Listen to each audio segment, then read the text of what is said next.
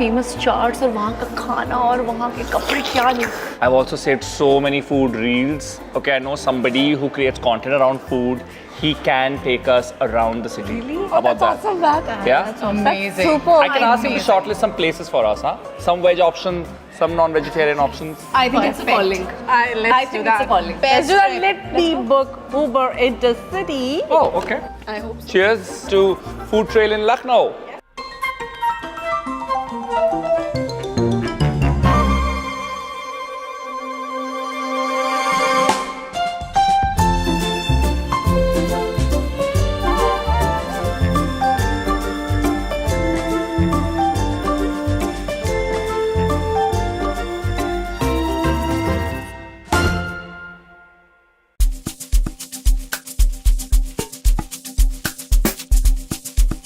Guys, have we shortlisted any food items or places that we're going to explore?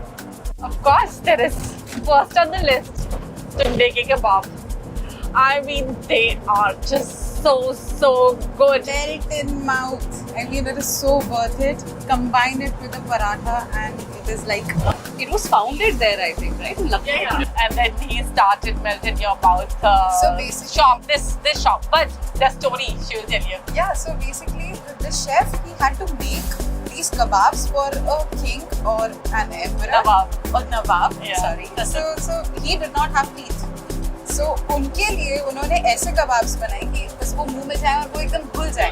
तो उनको चबाने की जरूरत ही नहीं पड़ेगी. And you know, there are lots of places which are hyped and you hear about them, but when you go there, you're disappointed because they just never match the expectation. But trust me, this really matches the expectation and goes beyond. Totally. And how can we forget about the biryani? Oh yeah? Yes. But is Lucknowi biryani different from what we get in Hyderabad? Totally. Yeah? Totally. In terms of what? Well, in terms of aroma and spices. So, you know what?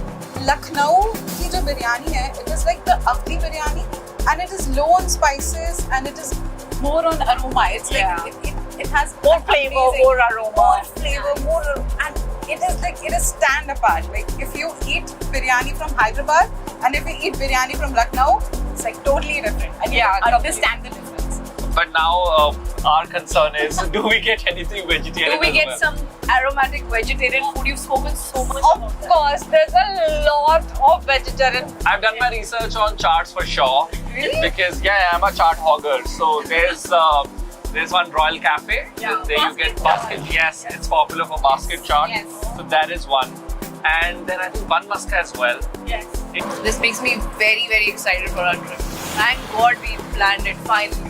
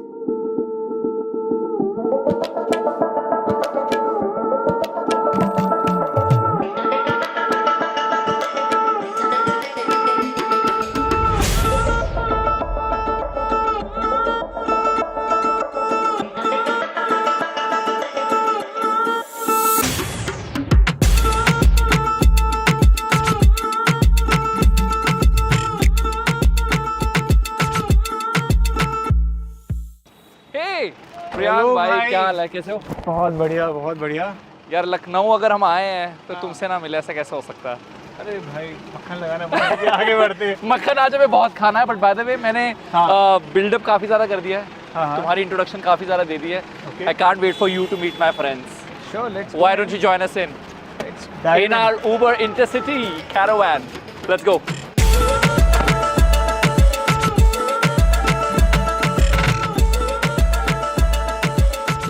So guys, meet my friend Priyank, Lucknowi Dog Safar Khana. That's his. Hi, Priyank. Thank you Hi. so much for joining us today. It's so much It's a fun pleasure. having you here. Pleasure being here with you guys. And we are absolutely excited, and we know you have planned a full day for us. But क्योंकि सुबह उठे हैं हमने बहुत buildup कर लिया चाय के बारे में ऑलरेडी एंड मेजॉरिटी आज चाय लवर्स की है. Sorry Mugdha. Can we start the day with chai? Lucknow's chai hits different. Yeah? Where are we going for chai? We will be going to केवल. Okay. पास में ही केवल चाय चल रहे हैं. आपने ब्रश किया नहीं किया doesn't matter. हम तैयार हो गया है. Full ready. हाँ तो with chai we have like a bucket of surprises. बहुत सारी चीज़ें यहाँ पे मिलती हैं. Samosa now you must have heard. आप चलिए I'll just show you. Okay. I don't want to tell you. Like the store is right here. Let's go. Yeah, let's go.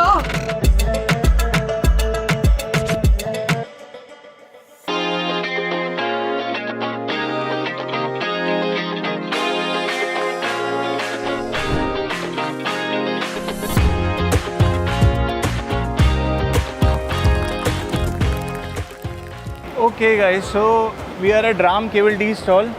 Now I would like to ask you, आपने यहाँ पे थोड़ा बहुत चाय बनते देखी. Before you ask me, I'll ask you, what is so special about this? What did you notice कि कुछ special दिखाओ? I think दूध को बहुत ज़्यादा उबाला जा रहा है और मलाई डाली जा रही है. बहुत काढ़ की चाय बनाई. See, अगर आप केटल देखोगे, they have that special liquor that they prepare. चाय को अलग से बॉईल करते हैं, चाय पत्ती they boil it separately and दूध अलग से बॉईल होता है.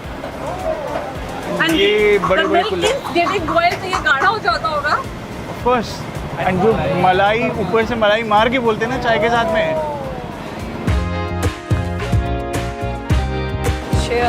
Cheers to लखनऊ का नाश्ता. कितना चाय है. So good. Nothing hits harder than सुबह की पहली चाय. And a combo या diamond. Samosa. I want to have one more. है ना? Please. But before having it, just एक बार side to just try to open it. So this is the special white butter that they prepare at home. White butter. This is not your Yellow regular butter. packed butter. ये खुद बनाते हैं and then they put it in the mustard. So this will taste different. मुस्कुराइए. अब हम लखनऊ में हैं. मुस्कुराने की वजह.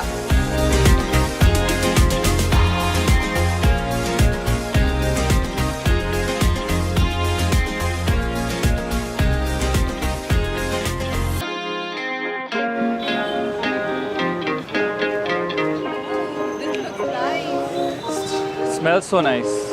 यहीं से इतनी अच्छी खुशबू आ रही है इसकी. ये खुशबू आ रही है खस्तों की. This is a place called Durga खस्ते. ये यहाँ पे 80 ईयर्स से हैं. 4-5 बजे से ओपन हो जाते हैं एंड अभी तो समर्स हैं. विंटर्स में सुबह सुबह बाइक पार्क करके एंड कोहरे से आते हुए फिर वो गरम गरम खस्ते खाने का मज़ा अलग है. एनीवेज अभी गर्म है, स्टिल खस्ते बहुत अच्छे लगेंगे. सो द खस्ता इज सर्व्ड, ये सर्व होता है एक पत्ते में, राइट. तो उसके साथ में ड्राई आलू रहता है, मटर रहती है गली हुई and then you have the khasta. The salad also, like वो प्याज है, मिर्ची है. They're pretty eco-friendly, yeah.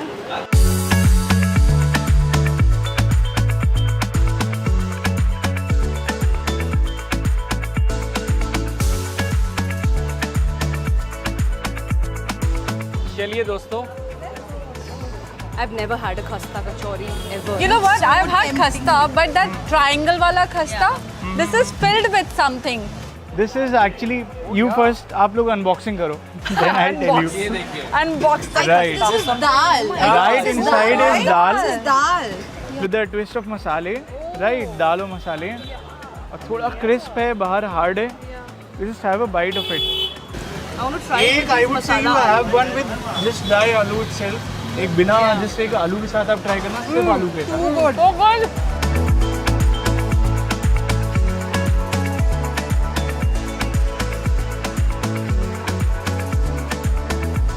I think this is one thing that is not like जिसका marketing इतना नहीं हुआ है. आप लखनऊ के बारे में सुनते हुए you think about non-veg, you think about certain places, but you think about the basket chart. But this is one thing जो बहुत underrated रह जाती है.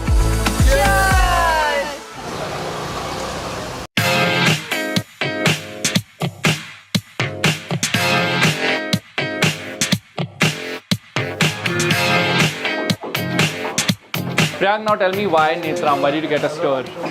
अरे Netram have a very like history that dates back to 1854 even, and I think this is third or fourth, almost this is the sixth Wow. generation. So this is one of those iconic places for breakfast. दही jalebi and पूरी सब्जी and ये बहुत famous है. There you have. Oh my god. DJ. Oh, it's a good acronym for this, na? DJ. Jalebi. DJ it is. से पहले जलेबी को ऐसे उठाइए, ठीक है. फिर अगर आप चाहें तो स्कूप कर सकते हैं, और थोड़ा सा इजी तरीका होगा अगर आप इसको कट करके इसको आप ऐसे जलेबी के ऊपर रखें.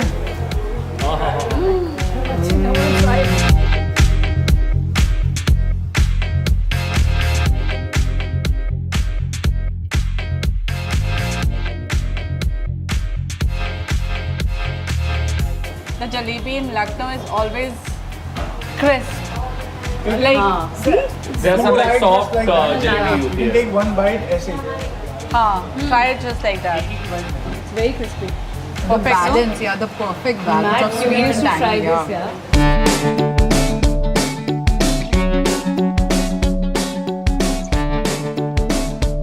Okay guys, कौन क्या क्या खाएगा?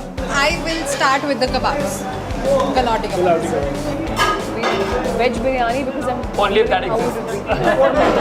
Veg pulao, you mean? But they are vegetarians, so they have to have it.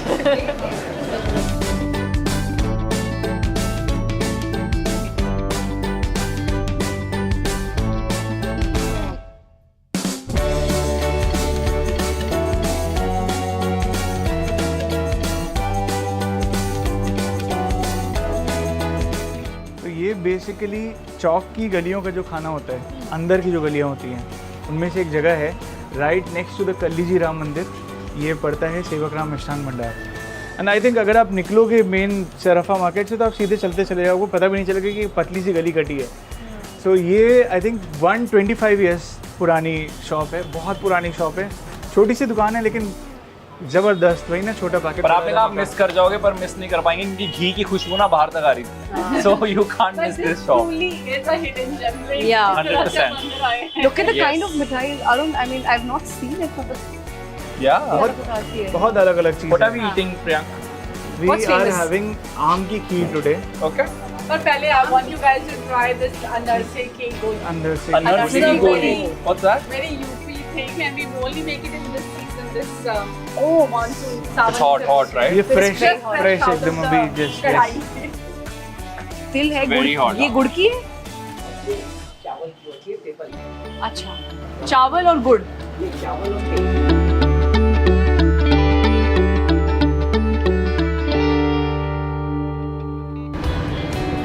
Game time, guys. Let's rate our experience and what did you like the most today? Nikita. Oh, I loved the galati kebabs. They were too good, melt in mouth kebabs, and like when I added with biryani, I mean 10 on 10 experience. I had the best time. All right, the vegetarians. What about you, Devyani?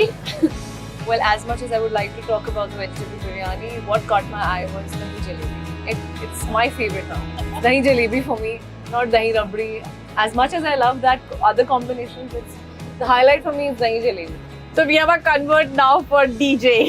Hands down. Yeah. Dahi jalebi guy. What about you? For me, it was a very nostalgic experience. I think that's my highlight. It's like going back to your hometown and experience it completely in a new way. Though I've been to many of these places, but some of the places that Priyank took us, I also had not been there ever in my life. What about you, Arun? For me, it's a tough competition between aam wali kheer and khasta. I mean, both of these. I think khasta for breakfast, and after a very long day, and especially in this weather, the aam wali kheer really did the job. एक तो मीठा बाद में खा लिया और ऊपर से ठंडक मिल गई. I think that was a winner for me. True. Icing on the cake. I was just shook at how I was just tense yesterday when we were talking. कि options होंगे vegetarians के लिए, it would be just maybe famous chana bhatura and we'll end there. But since morning, I mean the varieties that I've had Lucknow is for every day. But we must thank you, Priyank, for this. Yeah. But since we can't ask you your picks, you are from the city and you were our That host. would be very unfair. Yeah, that's what I was On saying. my end, yeah. So what I'll ask you is, कुछ और है क्या अभी खाने के लिए? That's my question. क्या कुछ बचा है अभी और? Can we go We to? skipped our dinner and breakfast. कुछ और है दिखाने के लिए भी and खाने के लिए भी. Okay. खाने के लिए भी है. दिखाने What के is लिए भी. it? That is something that you must have heard of. लेकिन आपने, I'm not sure if you guys have tried that yet. What is it? Have you guys tried a basket? Basket खाई आपने? Basket खाई है. Basket edible होती है? हाँ, लखनऊ में होती है. That I know. But that's a good surprise. Good teaser. Yes, for that we'll be heading to somewhere in Hazartganj. Don't leave us on a cliffhanger, yeah. But I hope it's not very far, right? It's not that far. Okay, we'll wait then. Let's go. Let's go.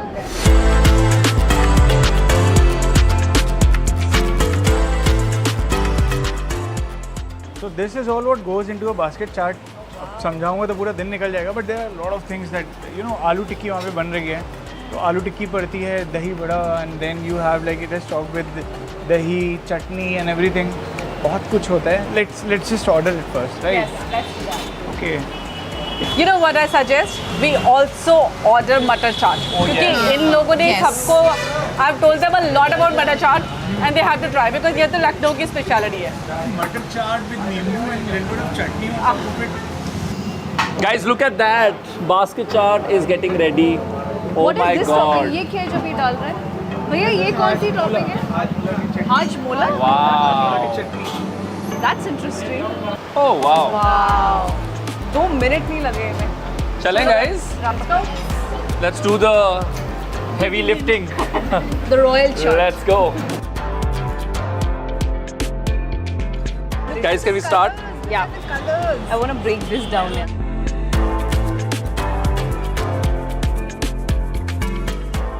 An explosion in your mouth. इसमें चने हैं, कचालू है. I want to try this Hajmola की Yeah, chutney. same. What a day, guys. Amazing, amazing. Thanks, man. We really have to thank you. All thanks to you. Thank you so Thank much, you, Priyank. It Priyank. was so much fun because of you. What do you think about Lucknow? How's the vibe? Lucknow is my first love. Now it's like 10 on 10 vibe, the I'm best gonna come vibe. here again, for sure. Yes.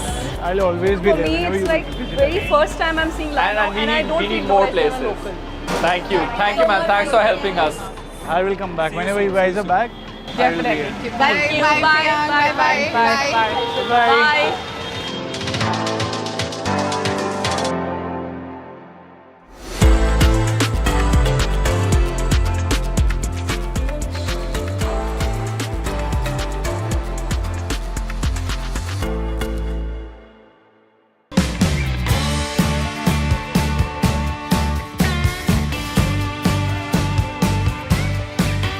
I'm a little sad that this trip is ending. Yeah. Yeah, man. Can't even believe that we've like from Friday and here. I mean, how the days pass, I don't even know. Yeah. It was packed, but like so worth it. So full. I think I'm gonna be full for next 2-3 days. I need a detox for another week. Let's go.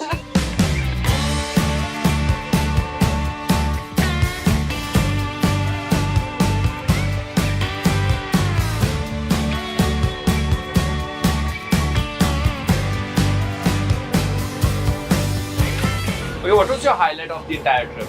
It could be food, it could be some place. Food, but travel. Honestly, travel when you're traveling such a long journey. If you're going in any city, the first thought is travel कैसे करेंगे? इतना time लग जाएगा, इतने घंटे लग Yeah, जाएंगे. within the city also. Yeah, it was Yeah. pretty. That's not an issue. This was convenient. Even the city, yeah. We managed to go everywhere in this. Yeah. I was actually apprehensive about that. I thought we would have to do something, but No, I mean the lane outside Royal Cafe is pretty packed most of the times. But it could go there swiftly. That was all. What was your highlight?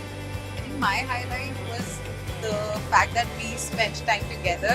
And we were, because we were sitting here, we were hanging out, Yeah. and then we also explored Lucknow, and we had so much food and the camaraderie and everything. I think, and the smooth journey, obviously, that played a big role. So I really liked that. what's your highlight? I think the games that we played, when there was Dr. Raj, Heads Up, that was nice. And of course, yeah, the charts of Lucknow. Yeah. Hands down, nobody does charts like Lucknow. I'm from Lucknow, but that 125-year-old shop, I have never been there. Oh, the sweet shop. Yeah, the sweet shop next to the temple. That was surprising for me and it was so good. That Bangkok. Yeah, that was really nice. But I think we must do this some other time as well. Yes. Since you have the convenience of Uber Intercity, Yes. we must plan another trip as well. For sure. Let's shake hands on that and let's promise each other that we will do this soon. Yes. As soon as we get another long weekend.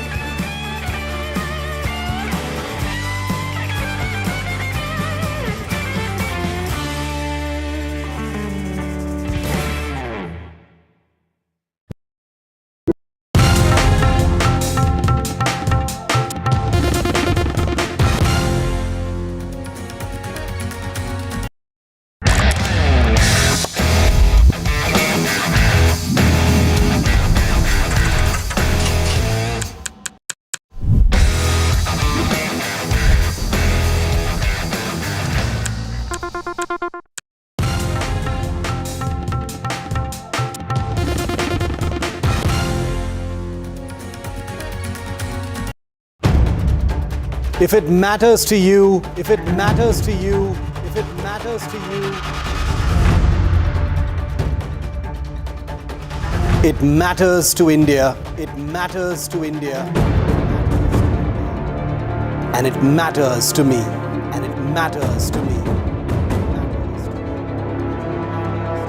India Matters with Shivaru, only on NDTV 24/7. Is your business future ready? Join the 13-week strategic ESG certification program for business sustainability and growth for CXO and business leaders by NDTV, Terry and Zenora. Master global ESG frameworks, gain real-world tools and lead with impact. Starts August the 23rd. Enroll now and power your business with sustainability.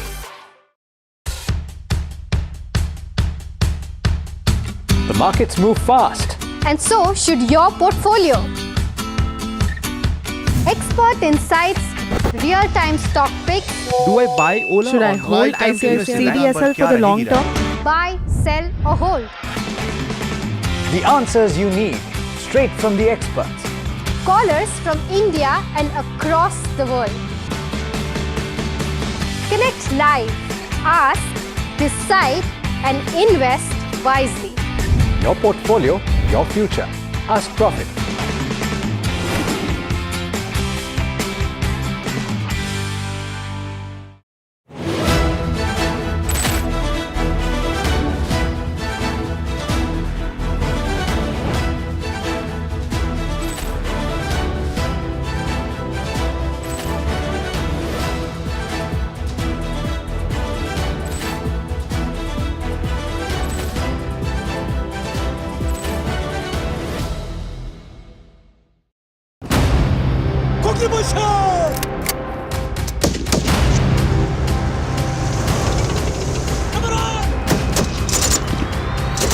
Jai Jawan.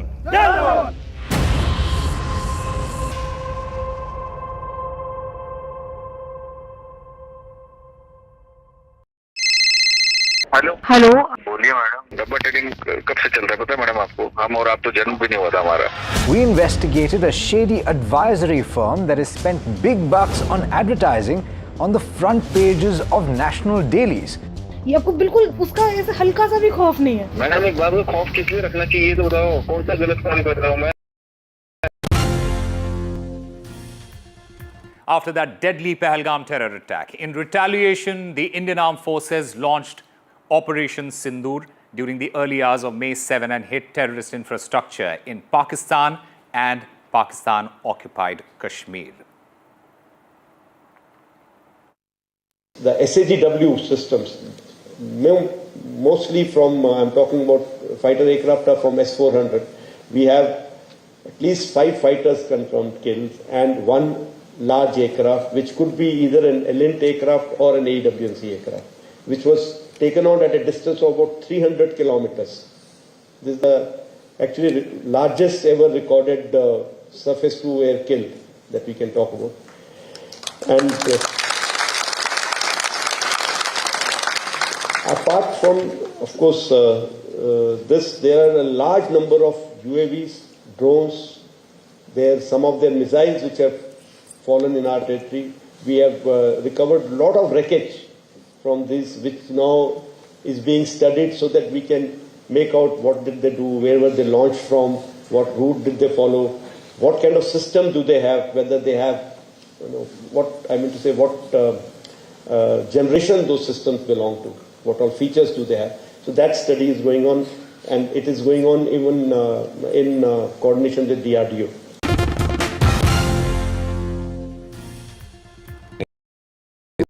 Rajasthan is history, culture, and much more. And I have been reporting on all things royal for more than 25 years. The colors, the culture, and the complexities of the Northeast is different from the rest of the country.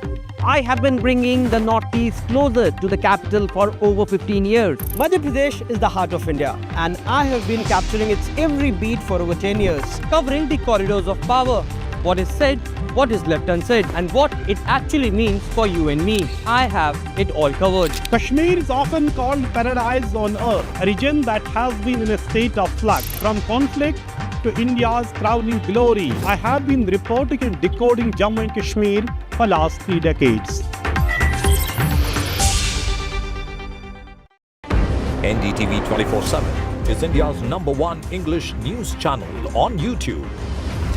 Credible, compelling, always ahead of the curve. Thank you for choosing NDTV 24/7 as your trusted source for news. And you know, that's why it's being said that after Kaho Na Pyare, this is the film that has got 2 superstar debutants who are becoming superstars. But what was this faith that you had on these two that you know that shows on screen? You know, you don't plan to make a blockbuster. You plan to make a good film.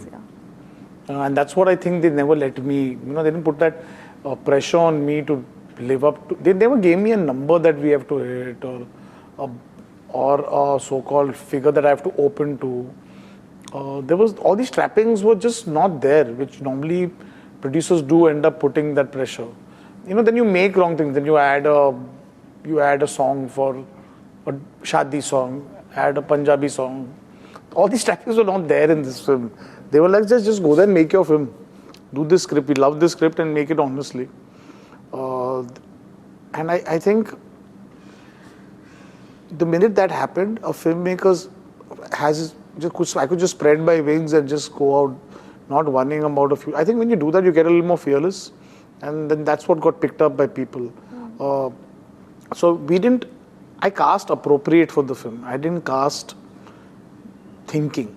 I cast what felt right. You were saying that you are going to say no to him. Yeah. But that's his fault. Huh? He was now you see, now that we can talk about the film, Krish Kapoor cannot be a timid, sweet boy. Yes, sir, how are you, sir? Last time we spoke. Yeah, and I was like, what is this guy? He was a sweet boy, and then then by the end of the night, I could see the boisterous self, and I could see the Krish Kapoor who could stand on top and say, don't forget this name, it's Krish Kapoor. So I think I was looking for that a bit. I needed a spark of that. Vanakkam Tamil Nadu. Now the battle for Tamil Nadu 2026 is open now. After Chief Minister Stalin rolls up his sleeves and Vijay steps in as a star challenger. This is a mass gathering, not for cash. Meanwhile, a former Chief Minister, Edapadi Palanisamy, begins his fight back. The big comeback campaign by EPS has well and truly begun. These are all the ultimate players, and this is going to be the ultimate test.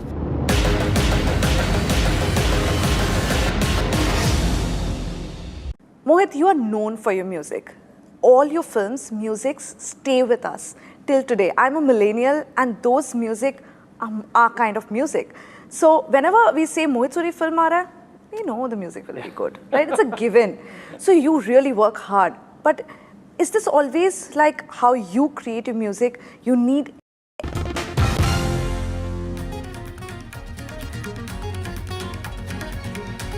A very good evening. You're watching NDTV. I'm Gauri Trivedi. This Saturday evening, the big story that we are focusing on is the Indian, our Air Chief Marshal's big statement in terms of the kills that the Indian Air Force did as far as the damages done to the Pakistani air bases and airports. But the politics of that will be our big focus. But first up, let's get you the headlines this Saturday evening. Big news break on NDTV. Air Chief Marshal confirms that the IAF hit 6 Pakistani jets during Operation Sindoor. This is the first formal confirmation of the jets that have been shot down by India during Operation Sindoor.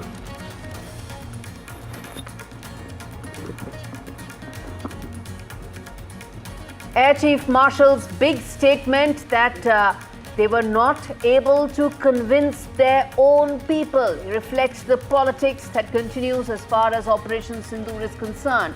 IAF Chief's revelation triggers a huge political storm, with the BJP now asking that the Congress party mocked forces. Will it now apologize?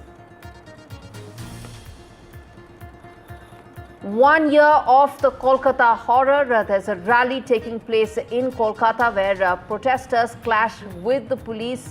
Protesters have been lathi charged. The RG car victim's mother is also injured. NCP's Sharad Pawar backs Rahul Gandhi on the vote theft controversy. Sharad Pawar says that there must be a probe and says the Election Commission must answer those specific charges that have been levelled by the Congress leader.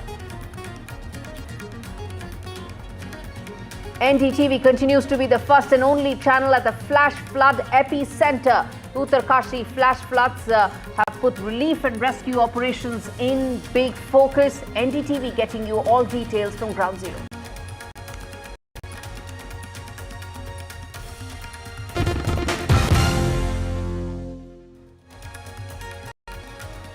Viewers, the big story that we've been tracking through the day, and NDTV was the first to break, is the statement made by Air Chief Marshal today in terms of the damages that India did to Pakistani air bases and air assets during Operation Sindoor. The Air Chief Marshal was categorically saying that today when he made the statement and said that India shot down 6 Pakistani jets. This was the damage that India did, even as politics with regard to Operation Sindoor continues. Even when Parliament debated and discussed Operation Sindoor for 16 hours, the Congress opposition leader and leader of opposition in Lok Sabha, Rahul Gandhi, went and continued to question those specifics as far as the fact that the government did not allow the forces to give them a free hand. And the question that is now being raised is that can Rahul Gandhi dodge this strike? Air Chief Marshal has smashed the hands tied claim. Remember, that was the big claim, that an allegation that Rahul Gandhi and the Congress party had made, that the forces had their hands tied when they went into Operation Sindoor. That's going to be a big focus this evening in Prime 5. The politics as far as Operation Sindoor is speaking. Facts have been put on the table by the Air Chief Marshal. Now, what is it that the Congress party will say? First up, I want to play out what all has Rahul Gandhi been saying in the last couple of weeks, including what he said on the floor of the House,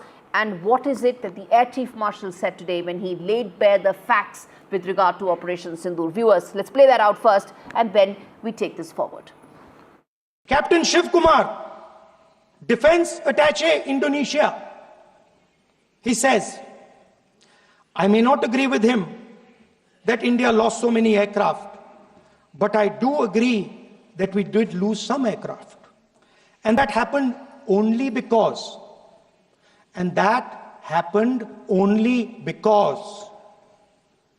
of the constraint given by the political leadership to not attack the military establishment and their air defense. And in Balakot, we could not get anything from inside, and it became a big issue, trying to tell our own people, unfortunately our own people, as to what we have been able to achieve. We had intelligence of what has gone on inside. We had intelligence of, human kind of intelligence, where we had very clear picture of inside in terms of there's been huge damage. There have been so many terrorists which have been utilized. But we could not convince our own people that, look, we have achieved that. But this time, again, a thing like this would have given us the same same problem. But we were lucky and we got these videos on the open. My colleague Vishnu Som, India's top-notch defense journalist, to talk more on this. Now, Vishnu, politics over Operation Sindoor hasn't ended. It's going to be almost 3 months since India successfully conducted Operation Sindoor. The statement made by Air Chief Marshal today in response to the kind of comments that have come in from the Congress party, even what they said on the floor of the House. How do you decode the politics regarding Operation Sindoor? Well, in fact, that remark made by the air chief that we saw there was with regard to Balakot in 2019. But he also made something extremely important, and we'll play out that soundbite in a little while, where he categorically denies that the hands of the Indian Air Force were in any way bound. He says quite clearly that we were given by the political authority full rights to carry out the operation the way we wanted to. It was the Air Force which went ahead and then escalated and did what they felt was necessary. Now, therefore, on the entire issue of the hands of the Indian Air Force being bound, an allegation made by Rahul Gandhi, here's the Chief of Air Staff who says that no, in fact, that was not the case. We did this exactly the way we wanted to. Perhaps if the Congress party had reached out to the Air Chief or to others in the institution and asked that were your hands bound, they would have had clarity on this answer. This clarification from the Air Chief has come several months after the war-fighting period of Op Sindoor took place, and it is absolutely clear, moving away from the politics which happened in Parliament, that the reality was something completely different. No, the IAF's hands were not bound. Yes, the IAF had the operational authority to do whatever they wanted. Did they do whatever they wanted? Yes, they did. Indeed.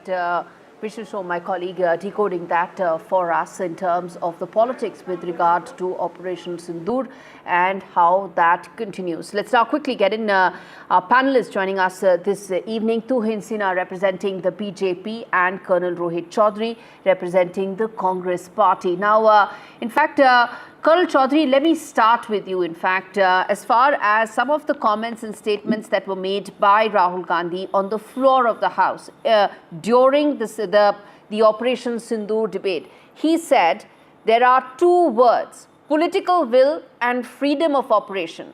If you want to utilize Indian armed forces, you need 100% political will and full freedom of speech. Full freedom of operation, which wasn't given during this Operation Sindoor. The Air Chief Marshal's statement is completely opposite of this, sir. Right. First of all, I would like to commend our defense forces and those who have undertaken the challenging task of hitting 9 targets across the border.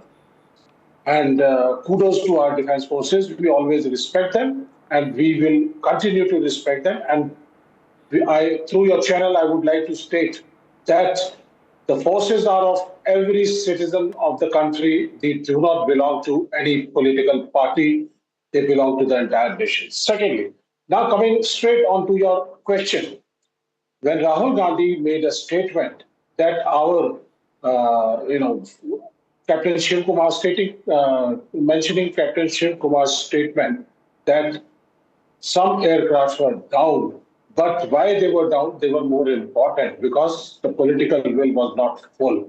The freedom was not full. Our hands were tied. It has come from military attaché or naval attaché of Indian Navy in Malaysia. And the same thing was also conveyed by CDS Anil Chauhan. He said, we suffered initial losses, and thereafter we refined our tactics, and then we went ahead. And suddenly, it is the professional army, and we are fighting professional army. There will be losses. Now coming on to let's space it out. When Air Marshal states, he says that we have downed their 6 aircrafts. One is out of that, one is Hawk. Certainly, that has happened because after initial losses on the night of 6th and 7th operation, 9th and 10th, we revised our tactics. We destroyed their air defense systems. We destroyed their No, my question was very simple, Colonel Chaudhary. We don't need to tell our viewers about the entire sequence of events. They've kept pace with it, and but the question was very simple, which is that Rahul Gandhi said that the pilots' hands were tied. The Air Chief Marshal said that wasn't the case at all. Respond to that, sir. This spacing of 6th and 7th night and 9th and 10th is very important to note that on 6th and 7th night when we went in for operations, there were certain constraints, political constraints given to them that you will fly from the distant region or whatever. I don't want to comment and I don't want to get into it. It has come directly from the military people. Now coming on to when we were in an advantageous position on the night of 9th and 10th Bay, we have destroyed.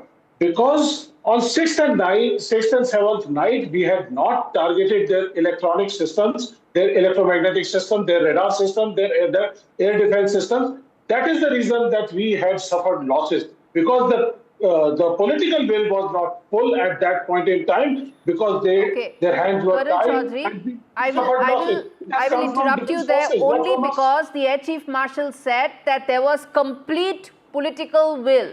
Again, I'm not paraphrasing. This is what the Air Chief said today in Bengaluru in no uncertain terms, that there was complete political will and a free hand. He also said, we can play out some of those bites where he said, we were telling them and keeping them abreast, but we were not giving them minute-to-minute details. That was a decision that we were taking, that we did not have our hands tied. Let me get a quick response from the BJP on this, Colonel Chaudhary. I'm going to come back to you on this. Now, Tuhin, this is unfortunately a debate that has taken huge political colors.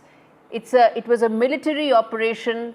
Questions were raised around it and continue to be raised. Your response to what the Congress leader says and the Congress spokesperson says on the panel right now. Well, good evening, Gauri. Good evening, everybody. You know, it feels very sad that even on a day when Congress party should ideally be celebrating the huge success of India's armed forces, they are struggling with, all kinds of alibis, all kinds of ifs and buts. Now, there's a very simple point. Imagine, a student who has obtained 95% in his board exams, and he has been honest enough to say that had the first paper gone better, I would have got 99%. So would you keep, probing? Would you keep making the student feel guilty that, you didn't get 99%? I think the Congress party needs to grow up. They raise a huge hue and cry over imagined losses on the Indian side. But when you tell them about the losses, about the grave losses on the Pakistani side, they seem to go into a conspicuous silence. And that is where we feel compelled to ask them, which side exactly are you on?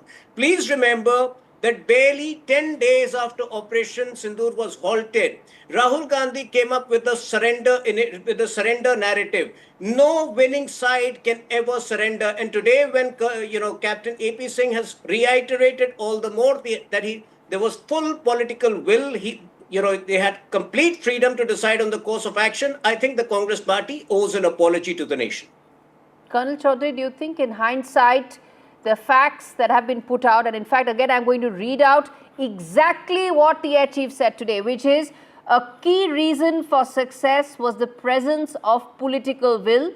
There were very clear directions given to us. No restrictions were put on us. If there were any constraints, they were self-made. Now, in the backdrop of that absolute clarity that has come in from the Air Chief, the sense one gets is that why is there still so much of politics around it? Rahul Gandhi continues to make those statements. Your response as someone who's an ex-serviceman himself. Look, we do stock taking of all the operations. Whenever we carry out any operations, we do stock taking and we try to gauge what are the lessons learned, what are the gains and losses. And at this point in time, it was very important to note that the same Air Chief Marshal, Air Chief AP Singh, on 28th and 29th May in Vadodara, he addressed the gathering and he said that whatever equipment we were demanding, we were not getting it. This is the same government which had which had shelved the 5th generation fighter development program, which we were developing along with Russia. Now there is a talk of, I heard that there was a talk that it is going to be revived. Now this BrahMos missile, it's a joint venture between our Indian forces and the Russians. So now that revival is taking place. Our questions are not to the defense forces. They have done exceedingly well in the mandate given to them, the narrative given to them, the constraints given to them, the targets given to them, the aims given to them. But there has what's been your a angst against? failure. What is your angst against them? There is a huge failure in terms of foreign policy. There is a huge failure in terms of our decision of taking our political will. It is all very important that when we were going very strongly, we have destroyed the air defense systems, airfields, and their aircrafts, their avals. So that is the time we should have gone ahead. We are saying that for the last many years, they have been saying that, there is a political narrative being made by all of them, by the BJP and NDA government, that we will bring POK. And now, Rajnath Singh ji, he says very look clearly... at what we started. Colonel Chaudhary, look at what we started. And in the last 5 minutes, look at what all you have covered. You have talked about defense procurement delays. You have talked about POK. And you have talked about several other things. The question was very simple, which was that the angst that the Air Chief shared today when he spoke that during Balakot, we didn't have proof because that's how we needed proof to convince our own people, and we had that this time around. Look at the kind of thought process that politics around military operation results in for our forces. That is the larger point here. Colonel Chaudhary, I'll give you a point to respond, and then let's get in Tuhin as well. He's been listening to this.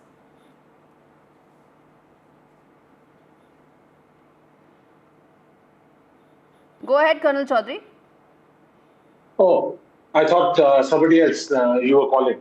See, you are confusing the two things. We are not asking our defense forces. We are not questioning their operations. We are not questioning their success. We are only saying that there are certain issues. The questions are very, very valid, that between 6th and 7th night and 9th questions remain. Tuhin Sinha, questions remain from the Congress party. Respond to that. Questions abhi bhi bache hain. Questions don't remain. The Congress party has lost the ability to comprehend the answers. We have been extremely transparent on a day-to-day basis.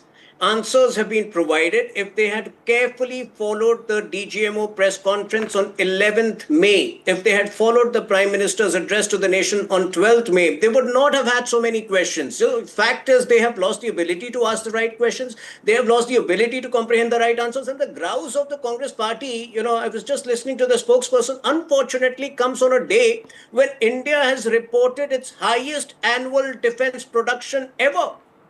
Compare it with the pre-2014 era when the UPA government could not even finalize the purchase of Rafale for a good 10 years. When the then defense minister had to tell on the floor of the house that we are purposely not building infrastructure in our northeastern states because that would annoy China. So I don't think this Congress party has any moral authority to complain. I think they should show a bigger heart and some grace and celebrate the success of Operation Sindoor. And by the way, you must have followed the 2-day debate in Parliament on Operation Sindoor.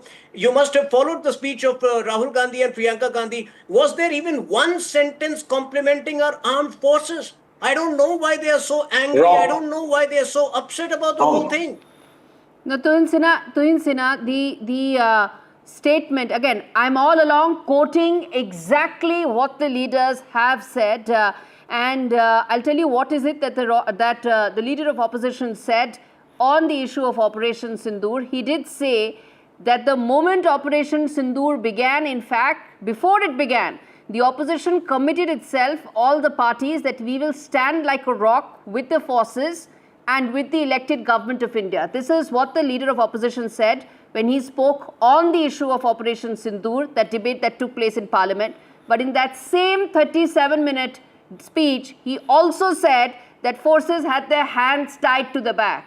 So this is what So he Rahul needs to Gandhi apologize. said. See, Exactly. Exactly. Both the statements are false. If you just play out the statements of Congress leaders in the run-up to Operation Sindoor, no, they were not with us. Ajay Rai, the UP Congress president, was mocking Rafale, if you remember that. You know, just because Rahul Gandhi was misleading the nation with his false comments, we can't take him at face value. And like you said today, when Captain AP Singh has so categorically said that they had complete free hand to deal, I think, Rahul Gandhi owes an apology to the nation. The very fact that you use a reckless and irresponsible term like surrender after such a massive success shows that you were peddling an agenda which was hostile to the nation. And I think this doesn't behove any opposition leader in this country. Respond to that. The Congress spokesperson must respond to that. Do you think now, after peddling the surrender narrative, you should also now be gracious enough to say that the Air Chief Marshal's statements make us revisit what we said earlier, and it's time that we do owe an apology to the forces of this country? I think it is absolutely wrong. We commend our forces, and there is no apology required from the Congress. Whereas we require, the entire nation requires an apology from Rajnath Singh ji, who said that no Jawan, no Sainik has, हमारे किसी जवान की और सैनिक की क्षति नहीं हुई है इस ऑफ सिंदूर में। पहली बार मैं देख रहा हूं कि 10 हमारे जवान शहीद हुए, जिसमें से 5 आर्मी के हैं, 3 एयरफोर्स के हैं, 2 BSF के हैं। पहली बार मैं ऐसा देख रहा हूं कि हमारे देश की शहादत, our martyrs have been denied their respect. This is BJP, Rajnath Singh ji, Prime Minister, they owe apology to the nation by denying this, that we have lost our soldiers. We respect our soldiers. And next thing I would like to say very, very clearly that he's talking about defense production. Defense production is based on BrahMos, which is a huge demand. The project was started by UPA. It was started by Congress. It was started as an offshoot of Integrated Missile Development Program. In 1982, it started off, and 94-95, BrahMos took off, and we started production in 2006-07, and 5th generation aircraft. We launched the program. We launched number of programs. What have you launched? You have only reduced 126 numbers. We wanted Rafale to be brought in, and technology to be brought in. So defense production is only one, and defense purchase is only one aspect of this entire issue in this entire narrative. All right.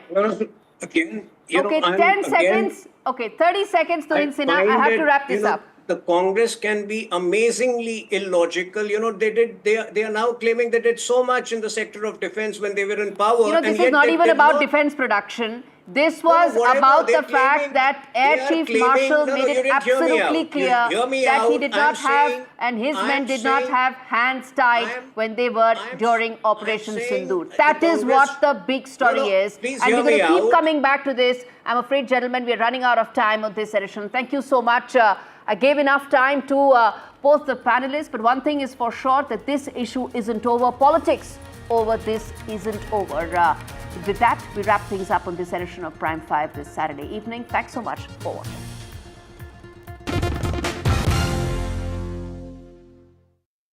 India, home to 140 crore people, is growing rapidly. As the world's third largest energy consumer, its focus is now on energy security with sustainability at its core. Join Green Rev 2025 on NDTV, where leaders such as Nitin Gadkari, Ram Mohan Naidu, Prahlad Joshi unveil how biofuels, green hydrogen and rural innovation will fuel India's net zero future. Join the revolution. Hello, Moto. Moto G96 5G. All eyes on you.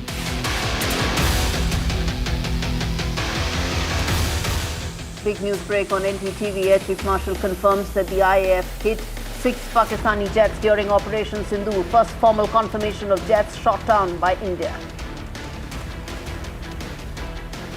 IAF chief makes a big statement saying he wasn't able to convince our own during Balakot strike. IAF chief's revelation triggers a huge political storm. BJP says Congress mocked the forces. Will Rahul Gandhi now apologize? 1 year of the Kolkata horror, the RG car rape case. Protesters clash with the police. Protesters have been lathi charged. RG car victim's mother has been injured in the rally. And Sharad Pawar backs Rahul Gandhi on the vote theft controversy. Pawar seeks a probe and says the Election Commission must answer to Rahul Gandhi's specific questions.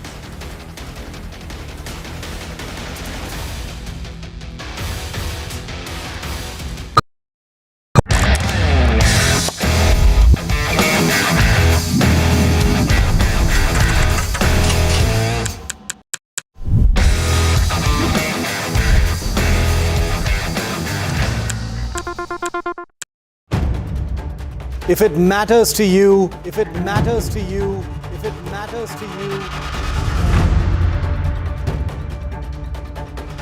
it matters to India, it matters to India, and it matters to me, and it matters to me. India Matters with Shivaru, only on NDTV 24/7.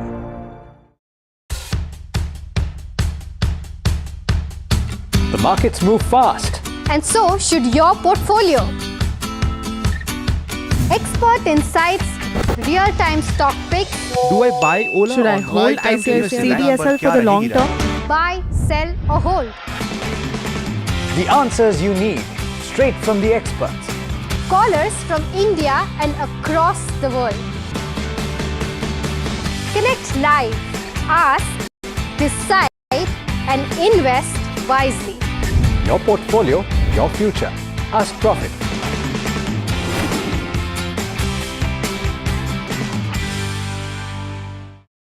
Rajasthan is history, culture, and much more. And I have been reporting on all things royal for more than 25 years. The colors, the culture, and the complexities of the Northeast is different from the rest of the country. I have been bringing the Northeast closer to the capital for over 15 years. Madhya Pradesh is the heart of India, and I have been capturing its every beat for over 10 years, covering the corridors of power, what is said, what is left unsaid, and what it actually means for you and me. I have it all covered. Kashmir is often called paradise on earth, a region that has been in a state of flux from conflict to India's crowning glory. I have been reporting and decoding Jammu and Kashmir for last 3 decades.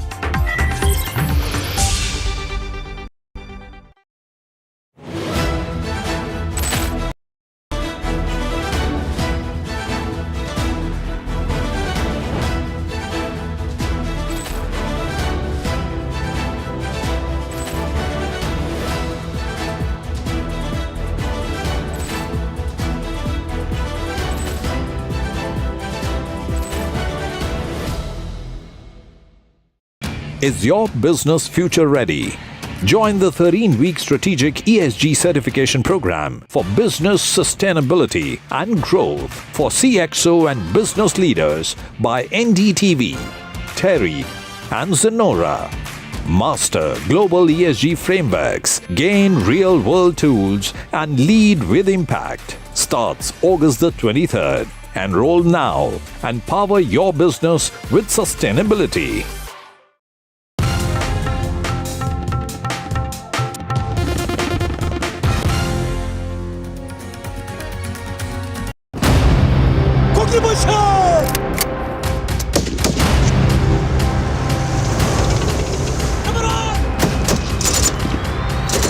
जय जवान। जय जवान।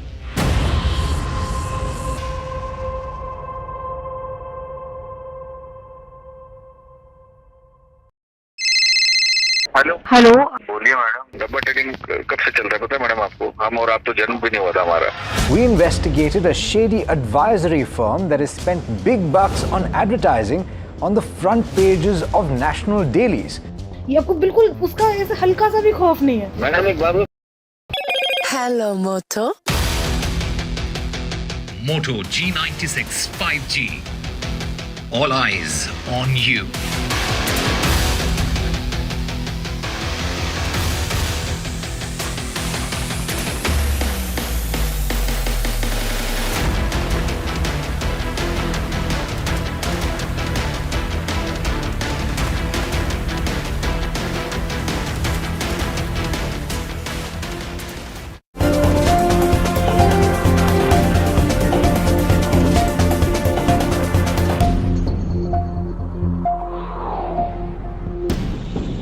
Hello and welcome. I'm Nagma. You are watching our special program Sirf Packed Nahi, Hygienic Bhi. In today's show, we are asking a big question. Is packaging just a wrapper or is it much more? Packaging की क्या अहमियत है? हमारे स्वास्थ्य के नज़रिए से कितना ज़रूरी है और हमारे खाने को ये किस तरह सुरक्षित रखता है? If what touches our food touches us, isn't the packaging of food an extension of food safety? These are the questions that we will seek answers for from a policy perspective, an industry perspective, and a health and consumers perspective. What are the mandated hygiene compliances? Packaged खाने पर लगे label और ratings उपभोक्ताओं की किस तरह से मदद करते हैं? साथ ही इस पैकेजिंग को कैसे सस्टेनेबल बनाया जा सकता है? इन सवालों पर चर्चा के लिए हमारे साथ पैनल पर जुड़ रहे हैं Siraj Hussain, former Secretary, Ministry of Agriculture and Food Processing Industries and advisor, FICCI Food Processing Committee. Here in the studio, I'm joined by Ravi Gupta, Executive Director, Sri Renuka Sugars Limited, and Dr. Swati Maheshwari, Additional Director, Medicine, Fortis Hospital. Very warm welcome to all of you. Starting with you, Dr. Swati Maheshwari. Let's start with the basics. As a health specialist, tell us, can packaging actually protect our health in more ways than we can understand? किस तरह से packaging हमारे स्वास्थ्य पर असर डालती है? Packaging is the first barrier between the food that is packaged and the external contaminants that are there. So it could only be dust, it could be say insects, rodents, it could be moisture in the food which can lead to fungal production, which can lead to toxins in the food. Then again it could be simple unhygienic handling by a person. So जो खाने को दे रहा है, यानी कि जो आपको वो चीज़ आगे दे रहा है, कंज्यूमर को दे रहा है, उसके हाथ गंदे हो सकते हैं, उसको स्किन की डिजीज़ हो सकती है, उसको हो सकता है कि कुछ खांसी, छींक, रेस्पिरेटरी प्रॉब्लम हो, वो उन्हीं हाथों से दे रहा है या उसी के ऊपर खांस रहा है, छींक रहा है. तो ये ऐसा अगर होता है तो आप बहुत सारा इन्फेक्शन जो है वो उस खाने के through you are passing it on to the consumer.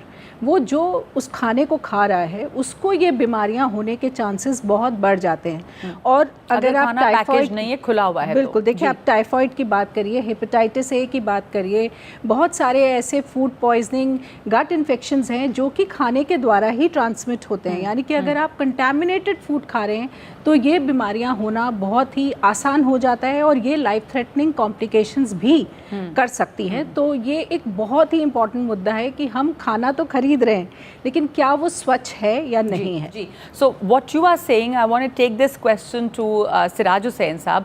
FSSI studies have shown, Mr. Hussain, that there are risks of contamination in loose unpackaged food. So can you tell us about those? Actually, packaging of food is the next step in improving the supply chain of food because it makes the food more hygienic, safer for consumption, and it provides a lot more information to the consumer than the food items sold in the loose form. So take pulses, for example, or rice, for example. If it is packaged, then a lot more information about calories, health, what are the other ingredients, etc., date of packaging, best buy date, etc. All this information is made available. So packaging of food brings a lot more information to the consumer. It preserves the nutritional value of food, and ultimately it enhances the life of the food item which has been packaged there. Absolutely. So it's not just about health, it's also important because consumers get to know a lot of things from the packaging, like the nutritional value, what goes in the food, all of that is mentioned on packaging. So Ravi Gupta ji, what packaging innovations can brands like yours bring to the table to ensure both sustainability as well as high standards of hygiene in the food that we consume? Yeah, very interesting question. In fact, particularly I'll talk about sugar. So packaging basically protect the quality of the sugar, you know. In sugar, our purity and hygiene is core of our brand. We live for it, we die for it, and we do everything possible to keep the sugar hygienic, and which is extremely, extremely important. As far as sustainability is concerned, it is every day's job. You know, we always strive to make our product more and more sustainable. I'll introduce you to something which we are doing very, very recently. We have launched something called Good Cut. So, Good Cut pack. Okay. You know, when you open a pack, generally you use scissor to flip the cut, you know, to cut open the pack. And that flip goes waste. It does never get recycled, it can never get collected. Absolutely. So we thought that why don't we solve this problem? And we did a lot of debate between ourselves that how can we make the consumer aware. And now we have just changed the way the packet is cut. It is horizontal rather than diagonal. So the flip remains with the pack. It gets collected, it gets recycled. And that's so important because so the tiny little piece that's cut, that contaminates the water and eventually reaches a marine life that we've been reading about. So sustainability, you know, even a small thing can make a big difference, and that's what we strive. Especially big brands like yours can definitely make a difference by innovations like these. Yeah, so for us it's kind of a daily routine. We think about it, that how can we be more sustainable, how can we give more access to hygienic and pure sugar. So this is something which is very routine for our brand. Also about the material of the packaging, are you also innovating on that? So the material which we use is fully recyclable, and we meet the best of the government norms to use that material which is recyclable and meets the standard of the government. So that is given. So we go a step ahead that how we can do even more. So sustainability is part of it. Yeah. And Dr. Swati, as was being mentioned, that packaging carries all kinds of labeling on it as per FSSAI labeling norms. Why is this important for the consumer? What kind of informed choices does it help them to make? Absolutely. So you have the whole lot of information about the food item that is inside the packet, which is outside, should be there on the packaging labels. First of all, if any allergic item has been used, say nuts, gluten, peanut, because a lot of people are allergic to these items, then it should be mentioned on the label that there are chances of getting allergy with this food item. So if you are allergic to any of this food item, then this product is not for you. So one thing is that, because that can lead to allergic anaphylactic reactions, which can be an emergency reaction, could land you into life-threatening situation. Secondly, you know, what amount of salt that is there, amount of sugar that is there, the calories that you're going to consume, the kind of different chemicals that are used these days. Now, FSSAI has also kind of very categorically said that recycled newspaper, a lot of other packaging material which has chemical inks, which can leach into the food, is something which is completely banned now by FSSAI, because you know, these items, when they leach into your food, they can lead to cancer, they can lead to immune suppression, they can lead to reproductive problems, they can lead to developmental defects in infants and children. So this is something which is very, very important, that the kind of packaging material that is used is also looked after, and not anybody can pick any material and, you know, kind of pack the food item. Secondly, the nutritional value that is there in the food, that is something we as consumers still need to learn how to read it, because as of now, it is again German or French for us when we look at these labels, and we really don't understand as to, and a lot of people don't even read it, and also the writing is so microscopic that people don't read it. Exactly. And more than that, ये जो हमारे labeling का system है, ये बहुत ज़्यादा streamline होना ज़रूरी है, ताकि एक आम व्यक्ति भी कंट्रोल नहीं है अभी तक इसके ऊपर इसमें बिल्कुल भी कंट्रोल नहीं है, आम व्यक्ति भी समझ पाए कि मैं क्या खरीद रहा हूँ, ये मेरी सेहत पर क्या असर करने वाला है, क्या मैं सही चीज़ खरीद रहा हूँ या नहीं खरीद रहा हूँ, मैं सोच रहा हूँ कि मैं ग्लूटेन फ्री खरीद रहा हूँ, मैं ऑर्गेनिक खरीद रहा हूँ, मैं sugar free, fat free, packaging के लिए भी आजकल इको फ्रेंडली वर्ड इतना यूज़ होने लग गया है। अगर हम पैकेजिंग की बात करें, पर क्या वो वाकई ही इको फ्रेंडली है या नहीं, तो ये कभी बहुत अनरेगुलेटेड मार्केट है जिसमें मुझे लगता है कि FSSAI को काफ़ी कड़े कदम उठाने की ज़रूरत है। आपको इंस्पेक्टर्स होने की ज़रूरत है जो जाके क्रॉस चेक करे कि हाँ वास्तव में जो पैकेजिंग है क्या वो सही पैकेजिंग है, कहीं हम खाने के साथ साथ बीमारियां तो नहीं परोस रहे लोगों को। आपने बहुत सही कहा कि कई खतरनाक बीमारियां, एक तो हो गया कि आपको कंटामिनेशन हो गया अगर आप खुले खाने को खा रहे हैं, लेकिन दूसरी बात ये कि अगर आप ऐसी पैकेजिंग में पैक किया हुआ खाना खा रहे हैं जिससे आपने जैसे कहा कि गंभीर बीमारियां, एलर्जेंस आप तक पहुंच सकते हैं, तो वो तो बहुत खतरनाक है। तो इसको रेगुलेट करना ज़रूरी है। ब्रांड एंड इंडस्ट्री पर्सपेक्टिव से what do you see as the perception around loose food versus packaged food? See, the consumer is getting more and more aware. And as far as loose versus packed food, I think I saw a dramatic shift post-COVID. People have started care for hygienic food, people have started caring for health food, and customer wants to know. And right packaging and right information can enlighten the customer what he is getting, what he is eating. And I tell you, particularly in sugar perspective, for example, the packing will contain not only the nutritional fact, how that product is made, just like we try to claim untouched by hand. So our product is right from cane till the sugar is made and packed, it is untouched by hand. Purity is given and it's quite hygienic. More than that, it also helps us in traceability. There is a batch code, there is a batch number, there is expiry date. Tomorrow, God forbid, there is any problem, we can go back to the batch number and go back to the traceability of that sugar to do the root cause, to improve the product.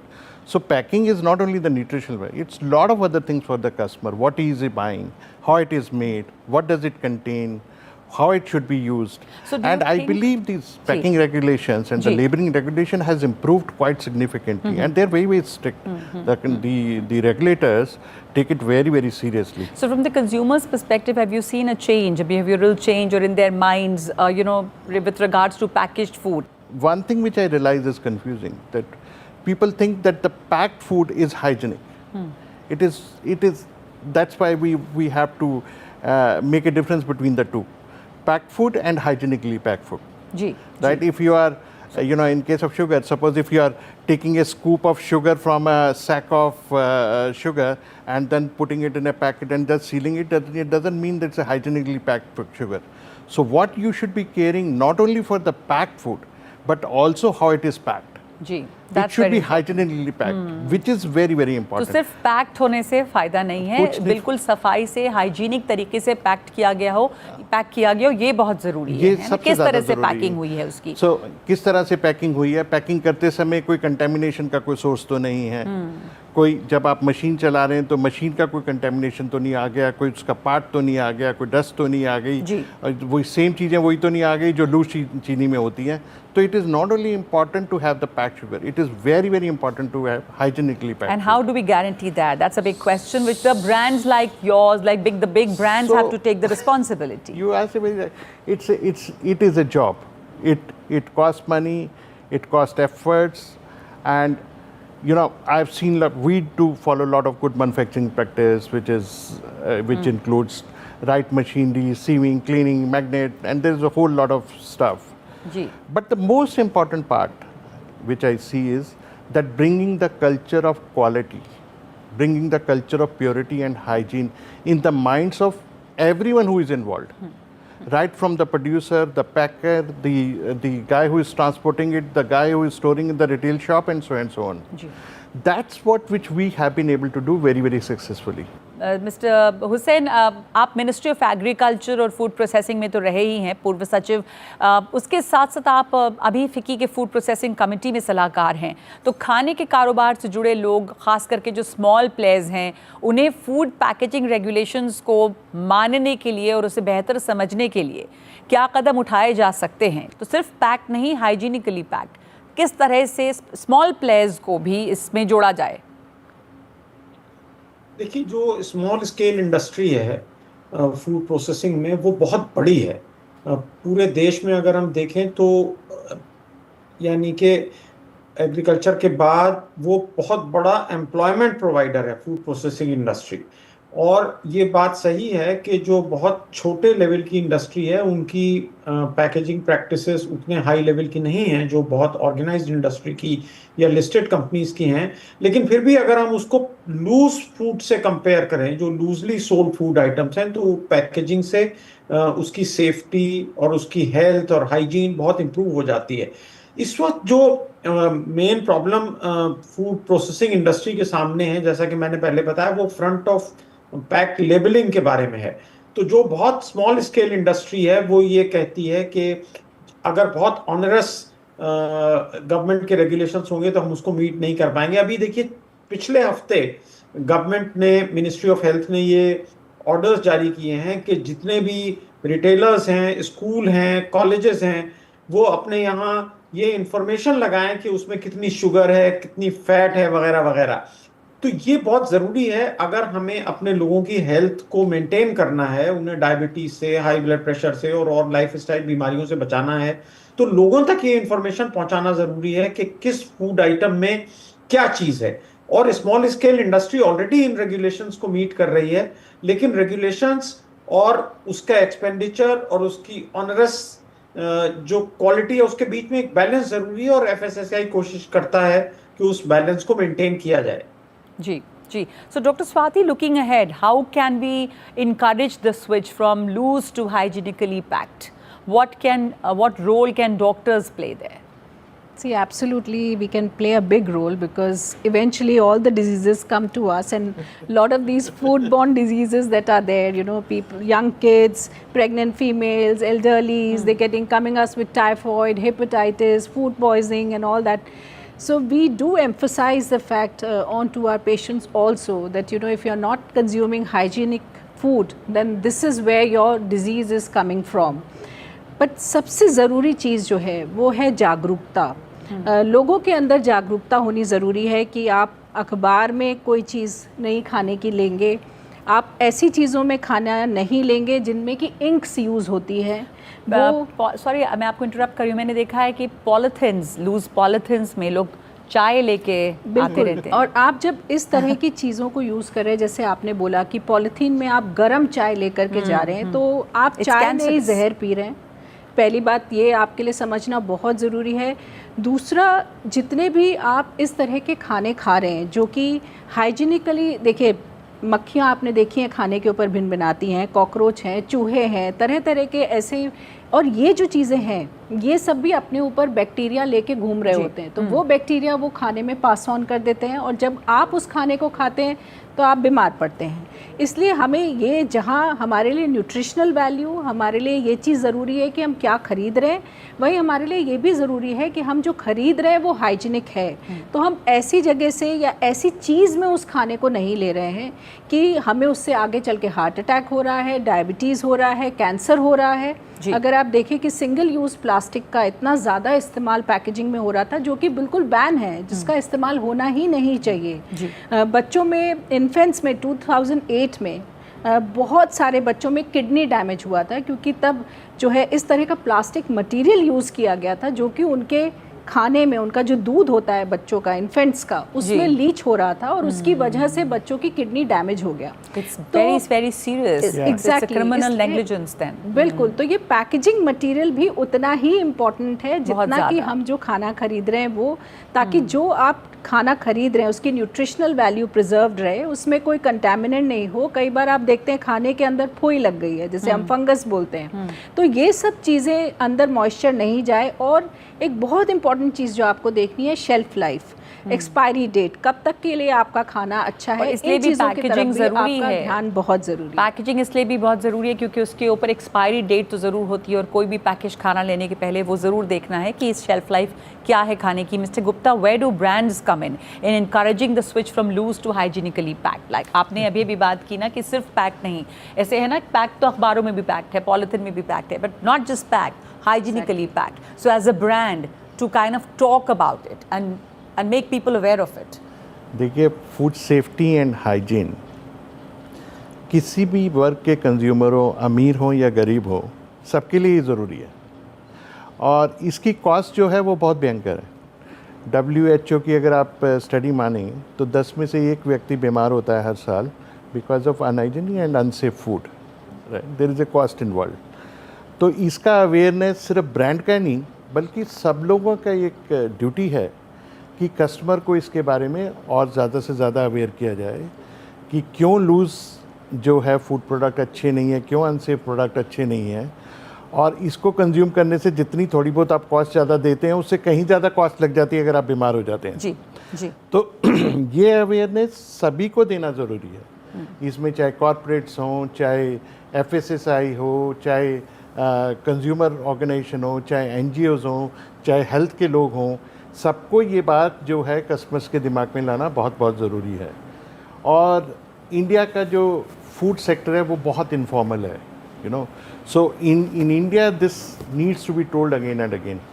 As far as how do we communicate to the customers, हमारा slogan ही loose नहीं मधुर सही है.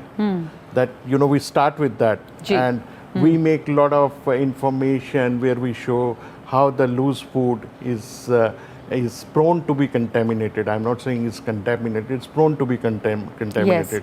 Yes. And we are seeing a very good consumer response to that, and consumer is becoming more and more aware, and he's ready to opt for and make a choice of a packed food which is safe for him. And the solution is this: spreading awareness through doctors, through brands, and through media. That how it is not just packed but hygienically packed, and that's what we started with. सिर्फ packed नहीं, hygienic भी. बहुत बहुत शुक्रिया रवि जी आपका, स्वाति आपका और सिराज हुसैन आपका हमारे साथ शामिल होने के लिए, to involve and engage in this very very important conversation that how important it is for your food to be not just packed but hygienically packed. Thank you for watching.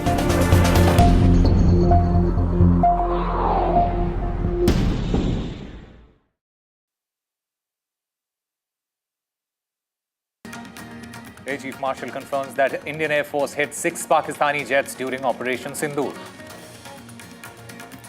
The Air Chief also says that he couldn't convince our own. His comments have triggered a massive political storm. A massive rally in Kolkata on the occasion of 1 year of that Kolkata RG Kaur gang rape case. Sharad Pawar backs Rahul Gandhi on the vote theft row. He says there should be a probe and the Election Commission must answer. Presented by Canara Bank. Together we can.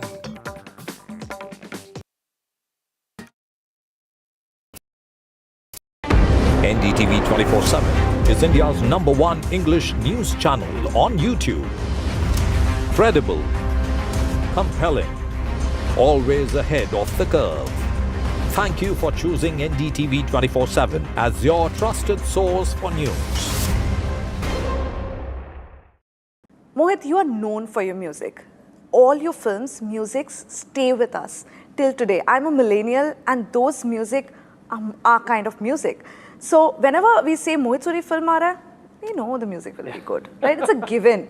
So you really work hard. But is this always like how you create your music? You need everything in place, the mood, the lighting, even when the person is in the studio and just singing.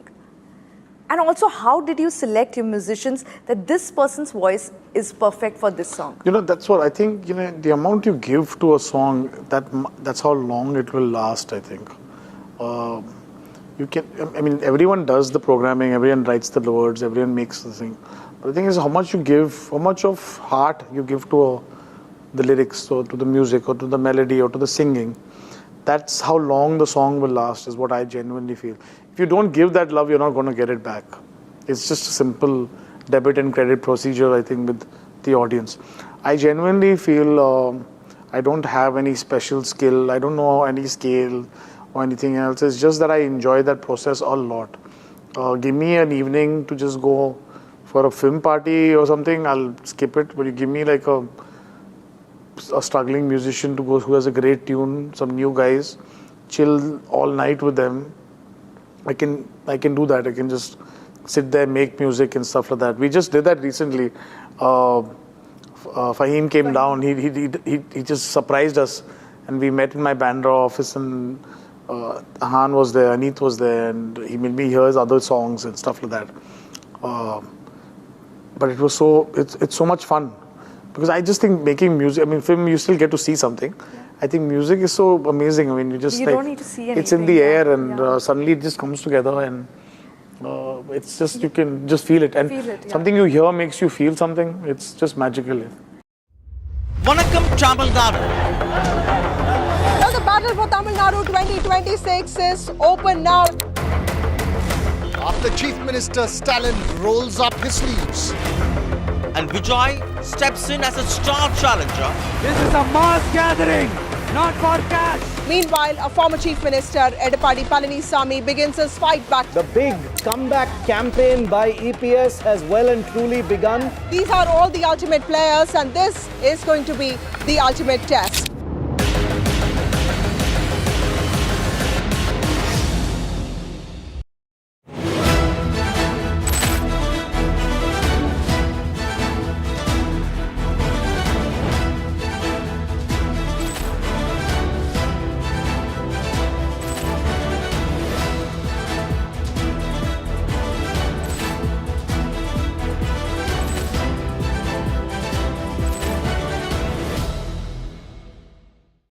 Is your business future ready? Join the 13-week strategic ESG certification program for business sustainability and growth for CXO and business leaders by NDTV, Terry and Zenora. Master global ESG frameworks, gain real-world tools and lead with impact. Starts August the 23rd. Enroll now and power your business with sustainability.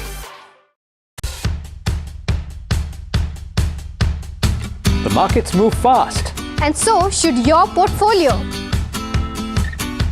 Expert insights, real-time stock picks. Do I buy Ola? Should I hold CDSL for the long term? Buy, sell or hold. The answers you need, straight from the experts.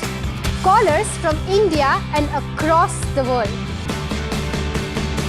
Connect live, ask, decide and invest wisely. Your portfolio, your future. Ask Profit.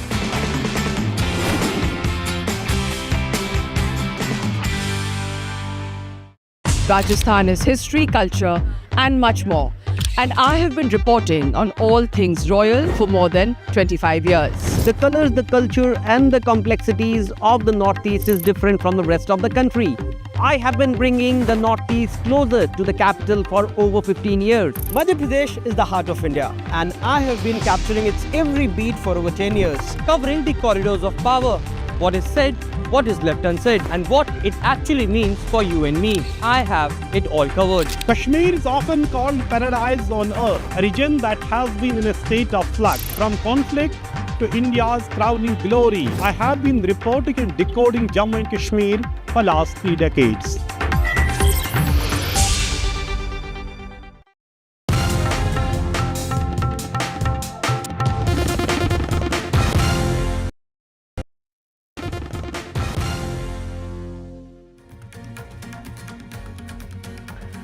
A big news break on NDTV. Air Chief Marshal confirms that the Indian Air Force hit 6 Pakistani jets during Operation Sindoor.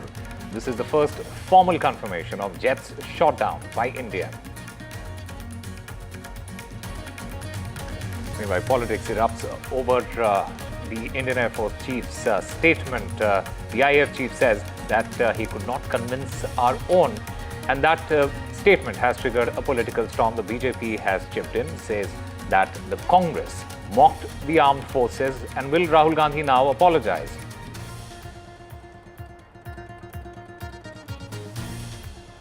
The RG Kaur protest march turns. Violent protesters clash with the police. Police lathi charge the protesters. RG Kaur victim's mother was also injured in that lathi charge. Sharad Pawar backs Rahul Gandhi on the vote theft row. Sharad Pawar seeks a probe. He says that the Election Commission must answer. For the latest on the rescue operations taking place in Uttar Kashi after the flash floods, NDTV is at ground zero in Dharali. It is the first and the only channel at the flash flood epicenter.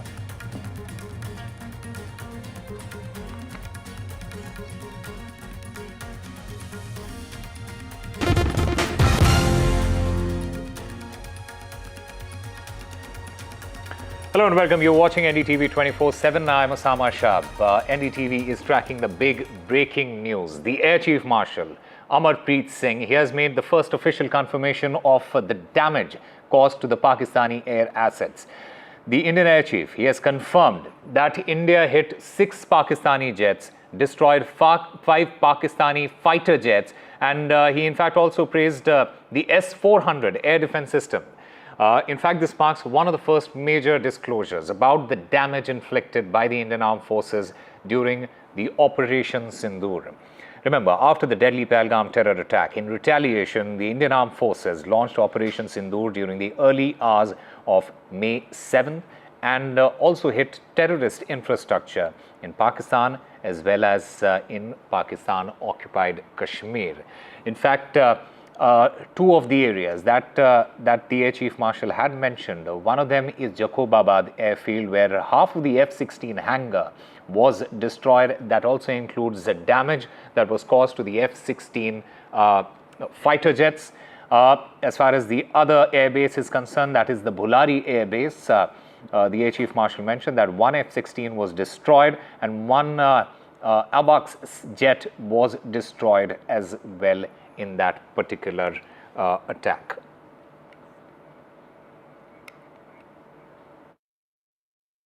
The SAGW systems, mostly from, I'm talking about fighter aircraft are from S-400.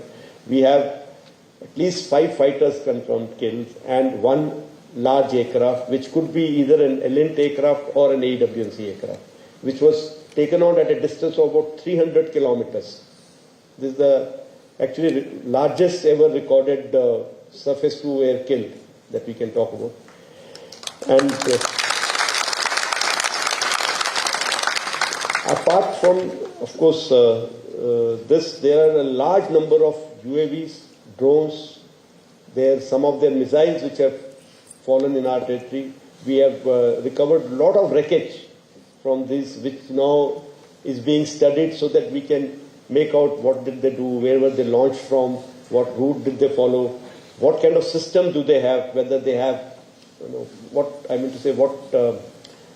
generation those systems belong to, what all features do they have. So that study is going on, and it is going on even in coordination with DRDO.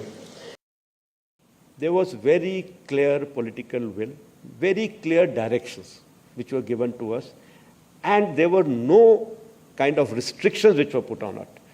There have been talks about, was there any restriction, were you kept constrained? If there were any constraints, they were self-made. We, the forces, decided what will be our rules of engagement. We, the forces, decided what will be the escalation ladder that we want to ride on. We decided how we want to control the escalation. So I want to make it very clear, there were no, I repeat, no restrictions on us. Full freedom was given to us to plan and execute. I must say that, that our attacks have been calibrated because we wanted to be mature about it. A little bit on that I'll come to later. There was synchronization between forces. All 4 of us, CDS, the 3 chiefs. I must say here that the post of CDS has made a difference there. He was there always to get us together, discuss things out, iron things out. NSA played a very, very big role, in getting all the other agencies and forces together. I can say that it was, more of the high-tech war which was fought. In about 88, 90 hours of war, we were able to achieve, so much of damage to their system that it was very clear in their mind that in this current situation, if they continue, they are going to continue paying for it more and more. So they have come forward and sent a message again through DGMO कि हम बात करना चाहते हैं, and which was accepted from our side. Well, let's also try and understand the significance of this statement by the IAF chief. How should one be looking at this particular statement? The Indian Air Force chief, he has in fact broken his silence. He has, and in doing so, he has basically rewritten the narrative on one of the most high-stakes aerial confrontation that has taken place in the last couple of decades. India's Operation Sindoor on Pakistan air bases and the terrorist hideouts in Pakistan as well as in Pakistan-occupied Kashmir. And this is for the first time that the IAF chief, he has given us hard numbers. It is for the first time that the IAF chief has provided the specifics of how many aircrafts were downed, what all were the targets, and how many kills did the IAF make. It has also, in fact, silenced those who are obsessed with the Indian Air Force losses. Remember, there have been a lot of conversation around how many jets India lose, were there casualties. There have been conversations around this topic on inside the parliament, outside the parliament, the opposition attacking the government responding as far as this. There have been statements by the CDS as well before that, but this particular statement by the Indian Air Force chief, it in fact in a way silences all those people who are obsessed with those losses. In fact, what the IAF chief has also done is that he has debunked the entire narrative that the Indian Air Force, their hands were tied. What the IAF chief has said, that it was, he had the full freedom from the government, he had the full go-ahead from the government, and it was only self-restraint that the armed force and especially the Indian Air Force followed. So this entire narrative of whether the IAF, their hands were tied or not, that gets completely debunked. The statement also in a way sets the stage for counter-escalation in the parliament, and this is important because the monsoon session that is going to happen, and this is where all the political stakes are high at the moment, and perhaps in one of the most decisive manner, the Indian Air Force chief has set that stage for that counter-escalation that is going to take place in the parliament. In fact, more importantly, and this is the most important part about the IAF chief's statement, is the fact that he has in a way destroyed that entire narrative of disinformation that was set by Pakistan on the Indian Air Force losses. Remember, Pakistan on multiple occasions on international platforms had mentioned that, look, we had downed multiple aircrafts of Indian Air Force, and this particular statement by the Indian Air Force chief, that has basically put a stop on that narrative. Remember, there are a lot of political reactions that are also coming in, and that is also going to be one part of this entire fallout of this particular statement by the Indian Air Force. In fact, a lot of reactions have been coming in. The BJP, it basically asks Rahul Gandhi that will Rahul Gandhi, after speaking about all of this, will Rahul Gandhi now apologize to the country? And the more important point is that will Rahul Gandhi be able to manage and dodge this strike from the opposition? The chief, the Indian Air Force chief has in fact, it has basically debunked a lot of theories that were floating, and something that the opposition were also picking up and trying to escalate, trying to attack the government over that issue. Now, at the same time, the air chief says that we knew our achievements, and although we knew about our achievements and the kind of damage that we inflicted on Pakistan, we could not convince our own. And that is something that is quite significant, because this now lays the foundation for the government to attack the opposition, who have been floating this idea that, look, we had lost a number of aircrafts, India had lost a number of aircrafts. And this statement by the Indian Air Force chief, that has put a stop and in fact debunked that entire theory.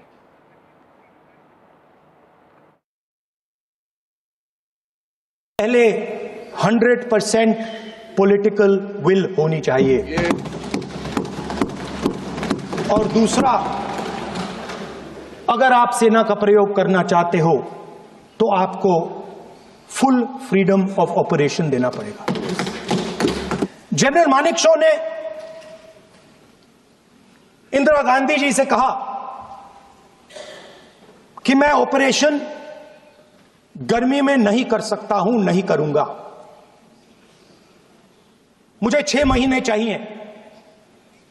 Indira Gandhi ji ने उन्हें कहा आपको 6 महीने चाहिए, 1 साल चाहिए, जितना भी आपको समय चाहिए आप लीजिए, क्योंकि आपको freedom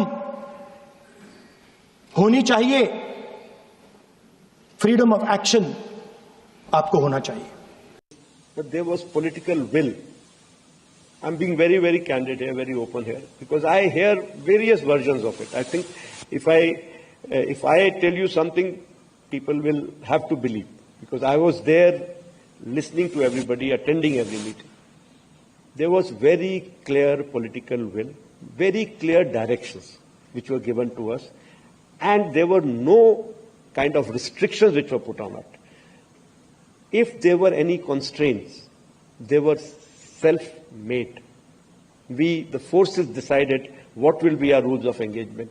We, the forces, decided what will be the escalation ladder that we want to ride on. We decided how we want to control the escalation.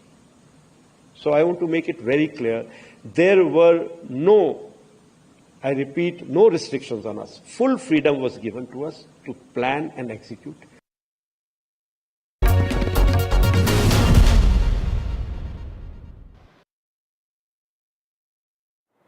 All right, we can continue to bring you more exclusive details on what the Indian Air Force Chief, Air Chief Marshal A.P. Singh has had to say. 6 Pakistani aircraft were downed by the Indian Air Force in the air. One of them was likely an airborne early warning and control system aircraft, a flying radar as it were, a Swedish area which looks like this, but 5 of them were fighter jets, and there were at least another AWACS, possibly a platform identical to this, which was knocked out on the ground as a result of the Indian Air Force's ground strikes. But we've got many more images coming up as well. But just in terms of the images that you see over here, this is important because some of these are being presented for the first time. This is actually targeting information, where you see targeting information from a sensor. Zoom in on this, please. Targeting information from a sensor of the Indian Air Force, which was used, right, of a radar site in Arifwala in Pakistan. Zoom in over here, please. If we can just zoom in over here, you can see that this is what the Indian Air Force was trying to get. This is the mast of the radar, as I understood, the head of the radar, right? This is what they were targeting. This is the actual targeting symbology. I don't know which system was actually used over here, right? Perhaps a loitering drone, perhaps something else. Now, come over here. This is what it looked like before the attack took place, right? Zoom into the image on the top. This is that radar head that I've been talking about. This is what it looked like before the attack took place, right? And now look at what it looks like over here after it was damaged post an attack. This entire area over here, this is relatively low resolution footage, but it has been released by the Indian Air Force Chief today. This is what has been damaged. So this is absolutely huge in terms of new evidence which has emerged. We've not seen these images with such clarity earlier on. Let's move to another one. This is the radar in Chunia. Again, this is a much more clear image. This radar head has been destroyed after an attack. This is the head of the radar. The Indian Air Force says that there are burn marks over here which indicate that this was destroyed. These are absolutely essential in Pakistan's air defense network. If you're taking out radars in the manner in which the Air Force has, that's huge. This is a new image. Let's move to some of the other areas over here. This was the Noor Khan Air Force Base, which the Indian Air Force struck. Let's move to the next one, because this isn't particularly relevant to what the Air Force Chief had to say. This is the Rahim Yar Khan. Again, we've had images which NDTV has brought our viewers of this before and after images of the attack itself with damaged buildings. Move to the next picture, please. The runway over here has been deeply problematic. Can we freeze this image and not move it so that I can talk over it for a second? Right. Now, Bholari, this is critical And this is essential for what the Indian Air Force Chief said. First, let's look at this part of the screen. This is a hangar for an aircraft over here, right? This is the hangar of an aircraft over here. This is the Bholari Air Force Base. This is before the attack took place. This is before the attack took place. You can see this entire hangar, green colored, intact.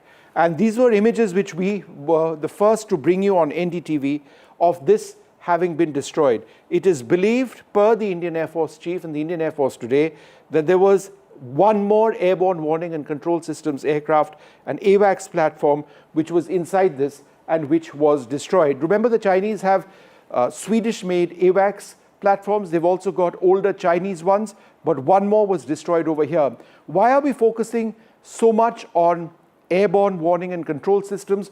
Because these are absolutely essential for any Air Force. These are critical because they are expensive. They control the airspace in terms of the information they process. They provide targeting information to aircraft. They peep into Indian airspace to see what our assets are. And therefore, the loss of two of these potentially, right, one in the air, and one on the ground. It could be an electronic intelligence aircraft which is also destroyed in the ground.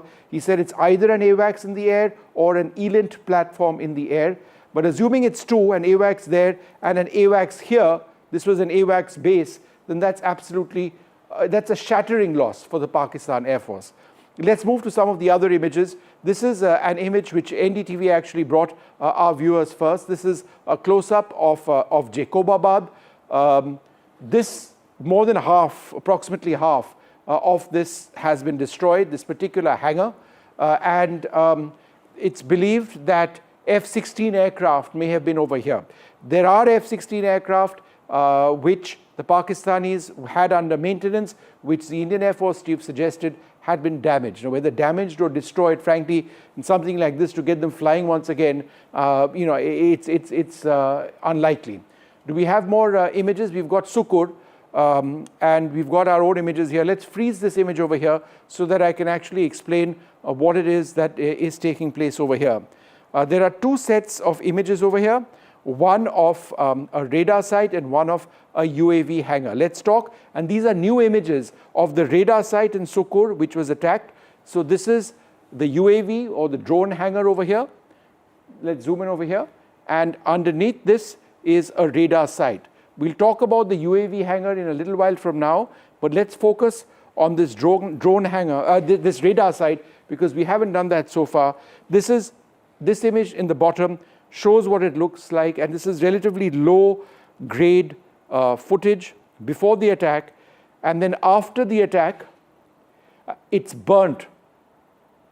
You can see it's charred. So the Air Force believes that this was a successful attack. Let's go back over here. That radar site, you can see that this is the normal color of what it used to be. Zoom in once again over here. Sushil, if you just, yeah, so that's the one, right? Now let's move to this particular area post the attack, and you'll see that it's charred, it's burnt. So for the first time, you've got this imagery of the attack on Sukur, the radar site over there. Now, I was talking about the UAV site. Let's take a look at this drone site on the UAV site, also called drones, of course, unmanned aerial vehicles. There were two hangars over here. This is what it was before the attack. And these were images that NDTV brought our viewers first. This is Sukur. This comes from the chief's presentation, which took place after. This is the result of the attack.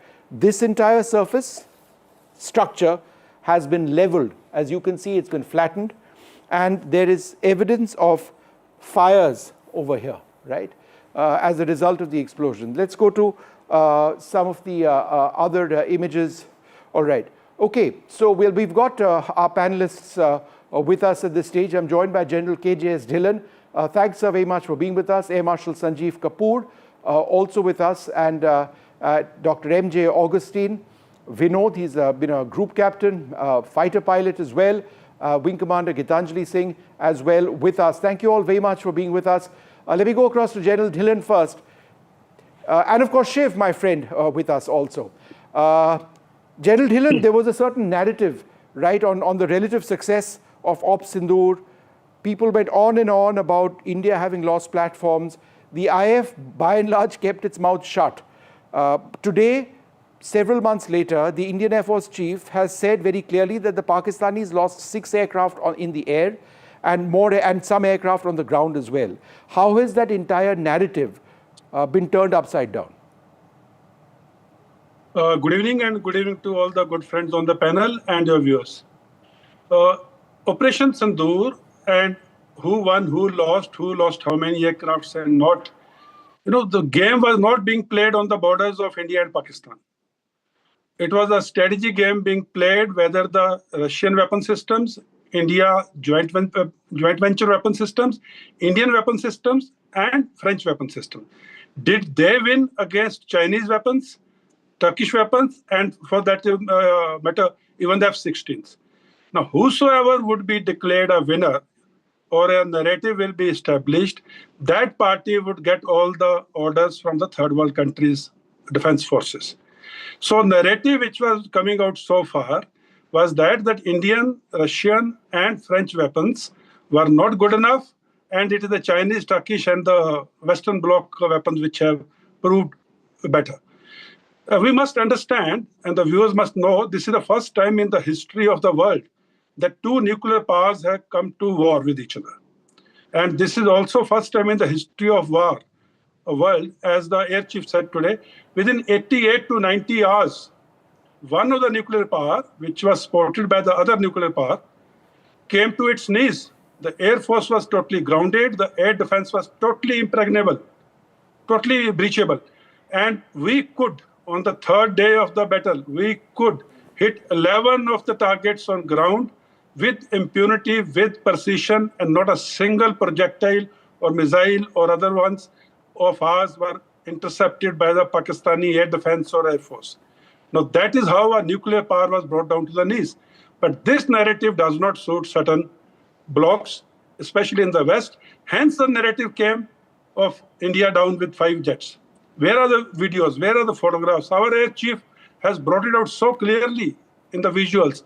Our DGMOs and air operations and the naval operations briefings have been giving the live feed and the live results of the battle on every evening. Now, this battle today is not fought in the olden days times. It is in our drawing rooms. And as regards why so late, this question will also be asked. It is generally an honor code that you don't come out with the losses or the results because the enemy would come to know your capabilities. Right. If we say that this was lost, this was how we hit, he would know our capabilities and he would prepare himself in future. But since the forces were forced to give out the losses with the images, that is how today Air Chief came on in the open and declared to the world and showed the videos and the images to prove what India has done and how many losses Pakistan has suffered. And now I think the Western Bloc's narrative would fall flat. All right. Shiv, let's look at this from a political standpoint, because one of the key points mentioned by Rahul Gandhi in Parliament was that the armed forces were restrained. The Air Force was restrained.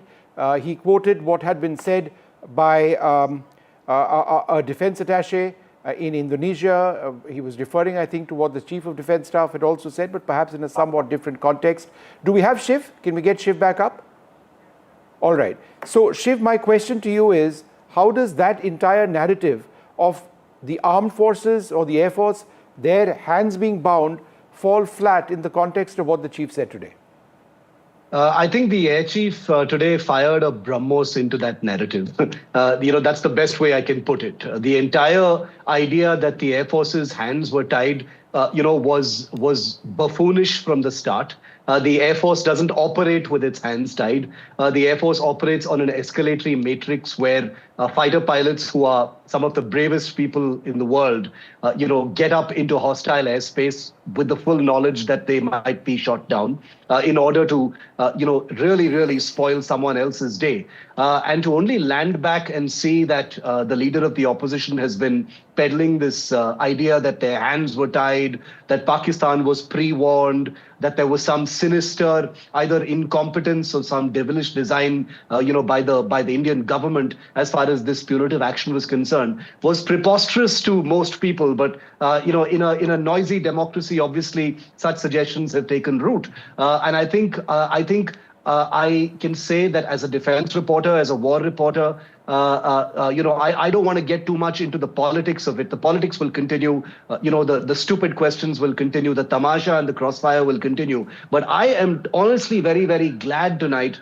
Vishnu, that it is no less than the chief of the air staff. Not BJP, not minister, not mantri, not speaker, not somebody else, but the chief of the air staff, the guy in the hot seat, the man commanding the warfighters, the man to whom the pilots report to, the man to whom our radar controllers, targeting professionals report to. He is standing there, not via sources, not by some document, not via a press release, but in a memorial lecture that the entire world was watching. He says, it is a pity that I have to convince my own people, and that there is no question that my hands were tied. We were doing this of our own volition. We had total political will above our heads. We were given total freedom of operations. This is part of the tactical decision-making that we take. Nobody enters a war with all guns blazing, with nuclear missiles firing. And this is obviously something that is not sexy enough, maybe, for the political discourse to understand. And therefore, it was taken up by Rahul Gandhi and the others. But I think among the many other difficult questions that could perhaps have been asked, the tiger with its hands tied was the silliest, most juvenile kind of narrative that was being peddled. And I am glad tonight that it was no less than the air chief who has debunked it. Air Marshal Kapoor, what does it mean for India that we've got a surface-to-air missile system which is capable of intercepting Pakistani aircraft 300 kilometers away? I covered on your channel earlier for the benefit of your viewers. I'll repeat again. The credit for S-400s being in our service today largely goes to late Dr. Manohar Parrikar, who at that stage was the Raksha Mantri in 2018. And there was a lot of hue and cry in the parliament at that stage when about 35,000 crore worth of S-400s was to be purchased. And there was a cry that we could make roads and bridges with this mark. But this platform, this air defense equipment, long-range surface-to-air missile system has been exceptional to us. We have got 3 of these. And the US, if I recall, had put CATSA sanctions threat to us at that stage. And this aircraft is capable of, taking out UAVs, cruise missiles, drones, aircrafts from the range of 5 meters to 30 kilometers. And this experience has brought us very close to us developing our own air defense system called Kusha. The DRDO is developing on the lines of S-400 our own air defense equipment called Kusha. So this, like in rugby game, has acted like as a defender to protect us in this 4-day or 88 hours war.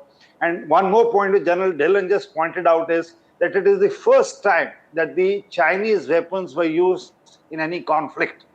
And it is the first time that Indian modified and indigenous weapons were used in any conflict. And both these results have rattled the West because of our own, you can say, jugaad, integration, our own engineers, scientists, people working behind the scenes to amalgamate S-400 with our IACCS, sure, Akash and other equipment is phenomenal. It's phenomenal. Wing Commander Gitanjali Singh, China operates the S-400. They were providing information to Pakistan on a real-time basis. They would obviously have sounded out Pakistan on the capabilities of the system itself. Despite this, Pakistan was unable to defend itself against this weapon system. It just shows serious capability, doesn't it?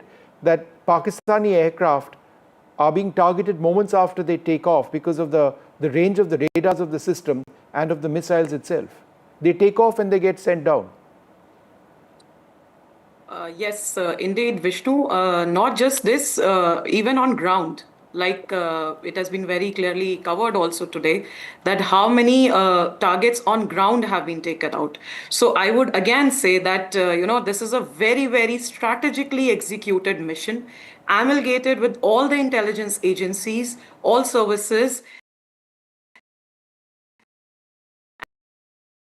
and the int that we have had.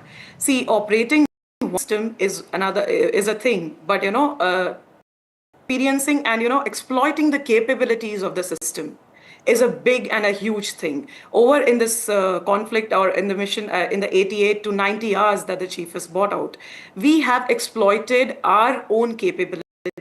How we have beautifully integrated all in as well as systems being radars, whether the fighters, as well as the missile systems that we've had.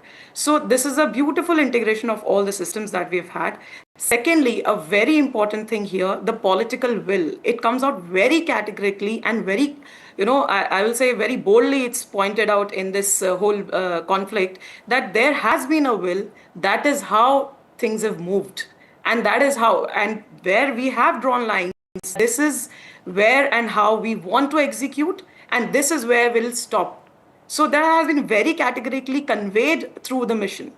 So I will say that having a system is one thing, but yes, exploiting, utilizing it, it depends upon the, I will say, the capabilities of the operators, the trainers, the training system which has been going in the organization itself. Group Captain Vinod, how significant is it that the Indian Air Force chief didn't fall into a narrative trap? He was not getting into knee-jerk reactions. He didn't even come out with all these details before the parliament session. He wasn't obliged to. He's not a politician. He chose a time and place of his choice before he came out with this. Let's face it, many of these talk shops or lecture sessions are incredibly boring. But on an occasion like this, to come out with this dhamaka on a Saturday, it just goes to show that he had the information. He was under zero pressure from the government, from Pakistan, or from anybody else to release it, and he's done it today. That's interesting. Absolutely, Vishnu, and thank you for having me over and meeting after a long time. But see, with Air Marshal talking about it, and then he said so very, very clearly. When I come and say, I say it with zero pressure, like you correctly said, and he's the one who has been critical of the systems of HAL, and we have heard it and played it ad nauseum on our channel as well. We have discussed with you all on many occasions. See, what really comes out loud and clear, Vishnu, is the strategic deterrence message. That is what needs to be understood very, very clearly. IAF is signaling that Pakistani airspace is penetrable from standoff ranges. Erstwhile, we did not have it. Balakot, I was a director at that time, and the Balakot ghost, as he called it, that time we didn't have very much of images to show. Every day we used to, walk into South Block and North Block and talk about it. But they would ask us, "Ki aap kuch dikhaiye." That was broken. Pakistani sanctuaries were eroded, even for the deep bases like Sargodha, and that is like music. No, it's absolutely huge. Absolutely huge. Okay, I need to take a short break at this stage. We're going to continue this discussion on this huge news, broken first right here on NDTV this morning, on what the Air Force Chief has actually had to say. Let's take that short break and come right back up.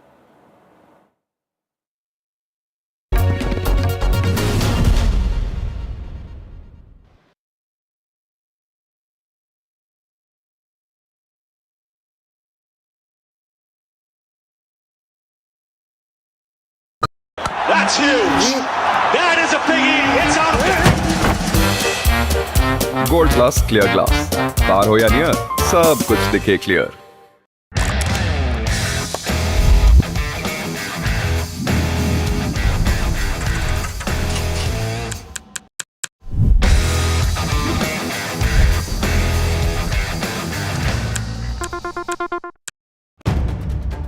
If it matters to you, if it matters to you, if it matters to you, it matters to India, it matters to India, and it matters to me, and it matters to me. India Matters with Shivaru, only on NDTV 24/7.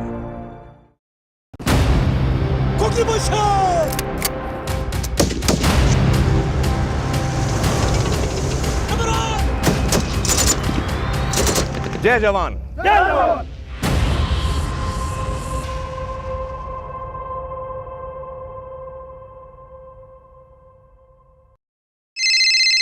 Hello hello बोलिए madam, डब्बा trading कब से चल रहा है पता है madam आपको? हम और आप तो जन्म भी नहीं हुआ था हमारा। We investigated a shady advisory firm that has spent big bucks on advertising on the front pages of national dailies. ये आपको बिल्कुल उसका ऐसे हल्का सा भी खौफ नहीं है। मैडम एक बात को खौफ किस लिए रखना चाहिए तो बताओ, कौन सा गलत काम कर रहा हूँ मैं? After our report, we also saw NSE came out with a cautionary circular to the investors. Market Regulator Securities and Exchange Board of India has also come out with a release talking about the actions that it has taken. Cyber complaint has also been filed against the entities involved in this entire dabba trading scam.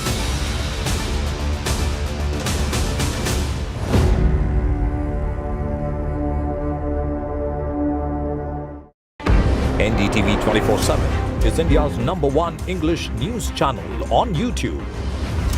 Credible, compelling, always ahead of the curve. Thank you for choosing NDTV 24/7 as your trusted source for news. Mohit, you are known for your music. All your films, musics stay with us till today. I'm a millennial and those music are kind of music. So whenever we say Mohit Suri film aa raha hai, we know the music will be good, right? It's a given. So you really work hard. But is this always like how you create your music? You need everything in place, the mood, the lighting, even when the person is in the studio and just singing. And also, how did you select your musicians that this person's voice is perfect for this song? You know, that's what I think, the amount you give to a song, that's how long it will last, I think. Everyone does the programming, everyone writes the words, everyone makes the thing. But the thing is how much you give, how much of heart you give to the lyrics or to the music or to the melody or to the singing. That's how long the song will last, is what I genuinely feel. If you don't give that love, you're not going to get it back. It's just a simple debit and credit procedure, I think, with the audience. I genuinely feel I don't have any special skill. I don't know any scale or anything else. It's just that I enjoy that process a lot. Give me an evening to just go for a film party or something, I'll skip it. But you give me like a struggling musician to go who has a great tune, some new guys, chill all night with them. I can do that. I can just sit there, make music and stuff like that. We just did that recently. Fahim came down. He just surprised us, and we met in my Bandra office, and Han was there, Aneet was there, and he made me hear his other songs and stuff like that. Air Chief Marshal confirms that Indian Air Force hit 6 Pakistani jets during Operation Sindoor. The Air Chief also says that he couldn't convince our own.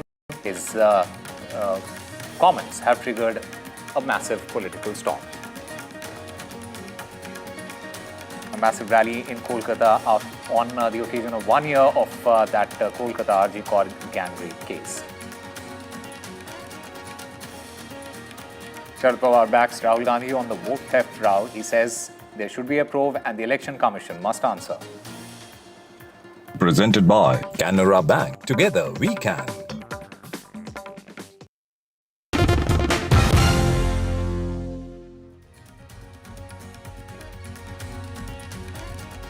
All right, welcome back. The big breaking news story that we continue to track today, striking revelations by the Indian Air Force Chief, Air Chief Marshal AP Singh, where he spoke about 6 Pakistani aircraft having been destroyed in the air. This is the first time that he's gone on record to say this during India's operations, during Operation Sindoor. Op Sindoor, remember, isn't entirely over, but the military fighting, at least for the moment, is. I'm just going to walk over to the big screen so that we can go through some of the pictures and tell our viewers about what exactly it is that they're seeing. Sushil, if you can just come with me so that we can actually track what is taking place over here. Let's have all of the images up on the screen one more time. Let's start with these images. These are images of one of the Arifwala radar. This is new. It was something which was presented by the Air Chief today. Now look at this particular target over here. This is the crosshairs that the Indian Air Force, zoom in over here. This is what the Indian Air Force was looking to target, the radar head over here. This is the crosshairs, right, from the weapon system deployed, possibly a drone itself. This by itself is significant. This was publicly released today of how they were targeting it. Before the attack, this is what that particular radar head in Arifwala looked like. This is the image which they had. Now, if you just pan down to what it looks like after the attack took place, and the Indian Air Force believes that this particular area is a burn mark, and that the head of that radar has been damaged. These are all very important for the Pakistan Air Force in terms of their overall air defense. This is the Chunia radar, and again the radar head destroyed after the attack. There are burn marks. This was released by the Indian Air Force chief as well. This particular area, the chief believes, or the Air Force believes, has burn marks. This is not what it should normally look like. Again, this would be a very precision strike, I would assume, using an unmanned aerial vehicle. Let's go through some of the other images, if we can, please. And these are images of the Noor Khan Air Base. We've spoken about this earlier on. This is a before image of the attack. And this is an image when the Indian Air Force actually struck targets. Now, this is important because what I'd like to point out, and zoom in over here, these two, they look like buildings. In fact, these are tractor trawlers. Zoom in over here. This is the front of the tractor trawler. And then this is the cab, as it were, and this is the tractor trawler itself, and these are awnings on both sides. There are openings on both sides, awnings, and this is believed to have been a command and control center for the use of drones. Could these have been Turkish drones? We don't know. But after the Indian Air Force's attack, this is all that remains of one of the two trucks. Zoom in over here. This is all that remains of one of those two trucks. It's obviously destroyed, and the other one you can't make out at all. So this entire area completely leveled by the Indian Air Force. This didn't really have to do that. We've known about that picture, but this is also something which is new. This is Rahim Yar Khan. These were the areas specifically which were targeted in Rahim Yar Khan. This is area number 2. We haven't really focused very much on this, but this is what it looked like before the attack took place. This is relatively low quality satellite imagery, but after the attack, the Indian Air Force has now released these images, which they say shows damage to the buildings. Now, this is the one that NDTV actually brought out, these startling images, the high resolution ones. First, this is the Bholari Air Force Base. This is an airborne early warning and control systems aircraft hangar. This is the base itself. This is the location of the hangar. Now let's just go to this particular image over here. This is the green colored hangar. This is before the Indian Air Force's strikes went through. An AWACS platform, extremely expensive, extremely critical for the Pakistan Air Force's operations. This is what was actually targeted. And here you can see in the image below, it's been destroyed. And for the first time, the Indian Air Force chief on record saying that the Indian Air Force believes that there was another AWACS aircraft inside this. So they knocked out an airborne warning control systems aircraft, possibly an electronic intelligence aircraft in the air, and they likely destroyed one over here. It could have been a Saab Aerial, which is what the Pakistan Air Force operates. It could have been a Chinese AWACS as well, less capable, but they believe that these were destroyed over there. Let's go to the next image. This is the Sukkur Air Force Base, and for the first time we're actually seeing images not just of the hangars, which I'll come to in a moment, where the UAVs were housed, but the radar site as well. This is the radar site. So what I'd like to do now is focus on this radar site. This is before the attack took place. This is what the radar site looked like. Let's zoom in on the image over here.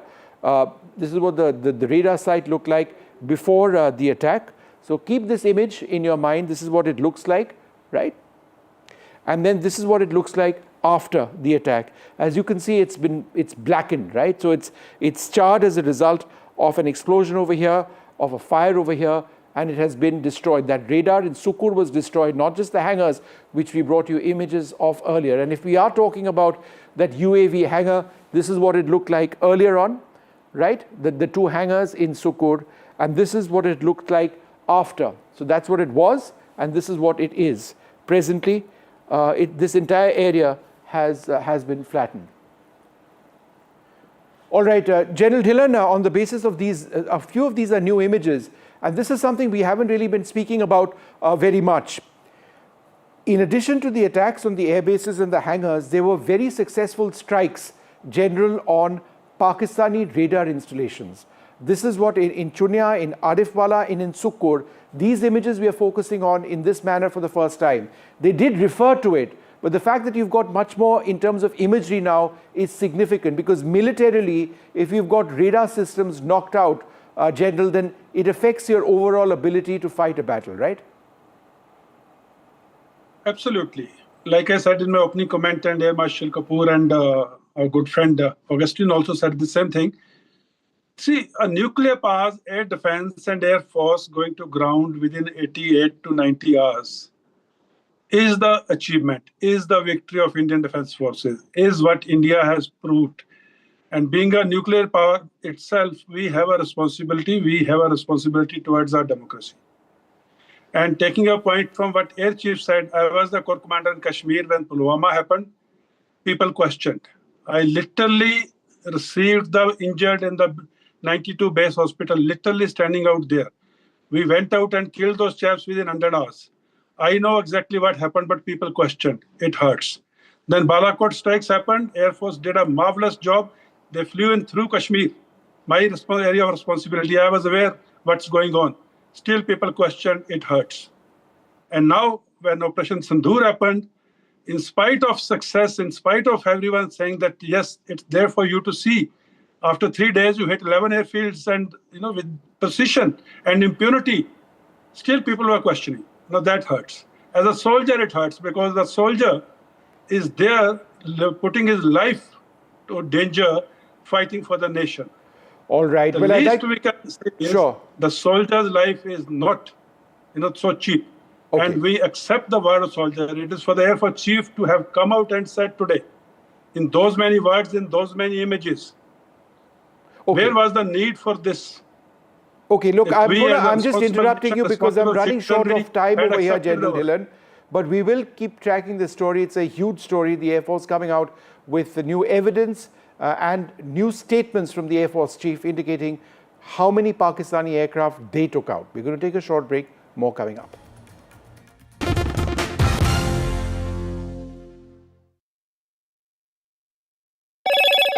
Hello, Moto. Moto G96 5G. All eyes on you.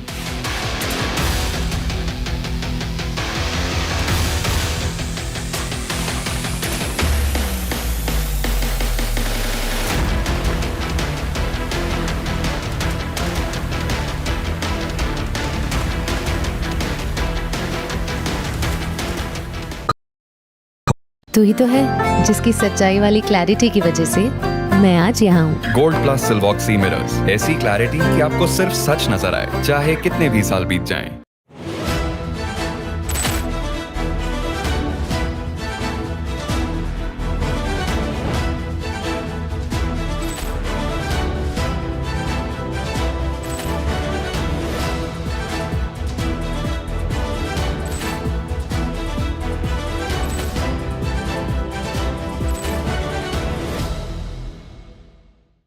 Is your business future ready? Join the 13-week strategic ESG certification program for business sustainability and growth for CXO and business leaders by NDTV, Terry and Zenora. Master global ESG frameworks, gain real-world tools and lead with impact. Starts August the 23rd. Enroll now and power your business with sustainability. If it matters to you, if it matters to you, if it matters to you, it matters to India, it matters to India, and it matters to me, and it matters to me. India Matters with Shivaru, only on NDTV 24/7. NDTV 24/7 is India's #1 English news channel on YouTube. Credible, compelling, always ahead of the curve. Thank you for choosing NDTV 24/7 as your trusted source for news. distribution.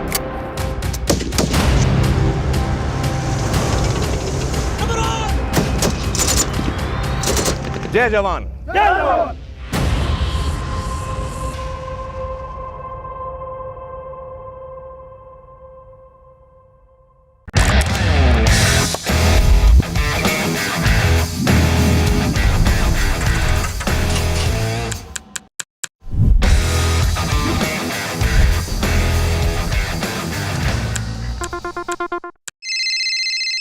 Hello बोलिए madam, डब्बा trading कब से चल रहा है पता है madam आपको? हम और आप तो जन्म भी नहीं हुआ था हमारा।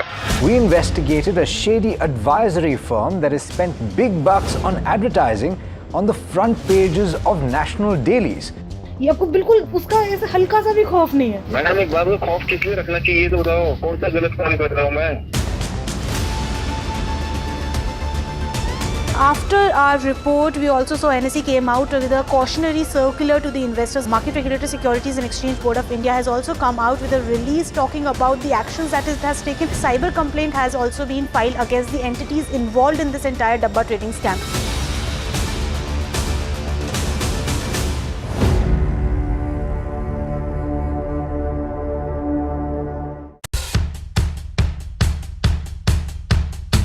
The markets move fast. And so should your portfolio. Expert insights, real-time stock picks. Do I buy Ola? Should I hold CDSL for the long term? Buy, sell or hold. The answers you need, straight from the experts. Callers from India and across the world. Connect live, ask, decide and invest wisely. Your portfolio, your future. Ask Profit.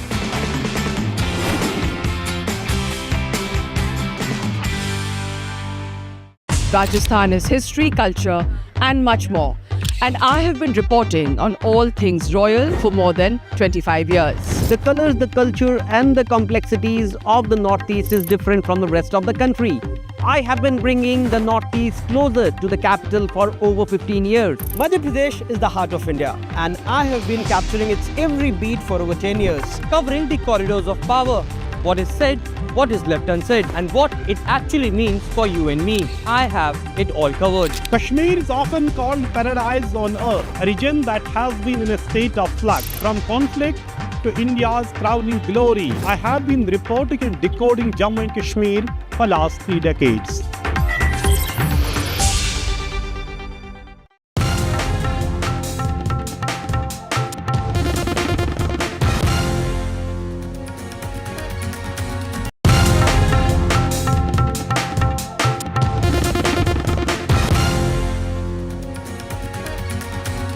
Mohit, you are known for your music. All your films, musics stay with us till today. I'm a millennial and those music are kind of music. So whenever we say Mohit Suri film aa raha hai, we know the music will be good, right? It's a given. So you really work hard. But is this always like how you create your music? You need everything in place, the mood, the lighting, even when the person is in the studio and just singing. And also, how did you select your musicians that this person's voice is perfect for this song? You know, that's what I think, you know, the amount you give to a song, that's how long it will last, I think. You can, I mean, everyone does the programming, everyone writes the words, everyone makes the thing. But the thing is how much you give, how much of heart you give to the lyrics or to the music or to the melody or to the singing. That's how long the song will last, is what I genuinely feel. If you don't give that love, you're not going to get it back. It's just a simple debit and credit procedure, I think, with the audience. I genuinely feel I don't have any special skill. I don't know any scale or anything else. It's just that I enjoy that process a lot. Give me an evening to just go for a film party or something, I'll skip it. But you give me like a struggling musician to go who has a great tune, some new guys, chill all night with them. I can do that. I can just sit there, make music and stuff like that. We just did that recently. Fahim came down. He just surprised us, and we met in my Bandra office. And Han was there, Aneet was there, and he made me hear his other songs and stuff like that. But it was it's so much fun Because I just think. Hello, Moto. Moto G96 5G. All eyes on you.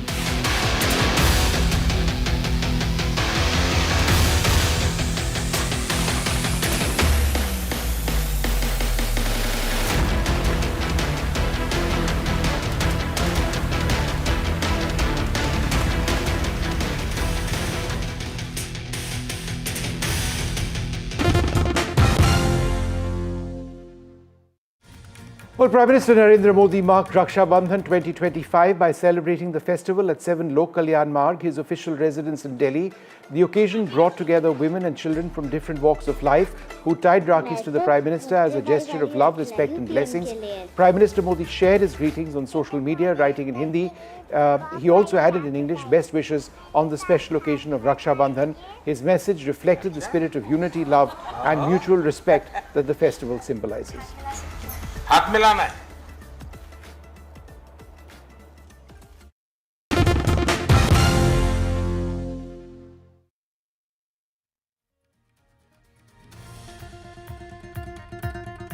NDTV, the air chief confirms that the Indian Air Force hit 6 Pakistani jets during Operation Sindoor. It's the first formal confirmation of jets shot down by India. There was an AWACS platform which was also shot down. One was hit on the air, on the ground. The Indian Air Force chief says we couldn't convince our own. The Indian Air Force's chief's revelation triggers a storm. He was speaking about 2019, but his remarks are significant because he did say that the forces were operating without any restraint, and that was something questioned by Rahul Gandhi earlier in Parliament. The Navonno Obhiyan rally 1 year of the Kolkata horror. Protesters clashed with the police. Protesters are lathi-charged and RG Kar victim's mother is injured. Sharad Pawar backs Rahul Gandhi on the vote theft row. Pawar seeks a probe and says the Election Commission must answer. Presented by Canara Bank. Together we can.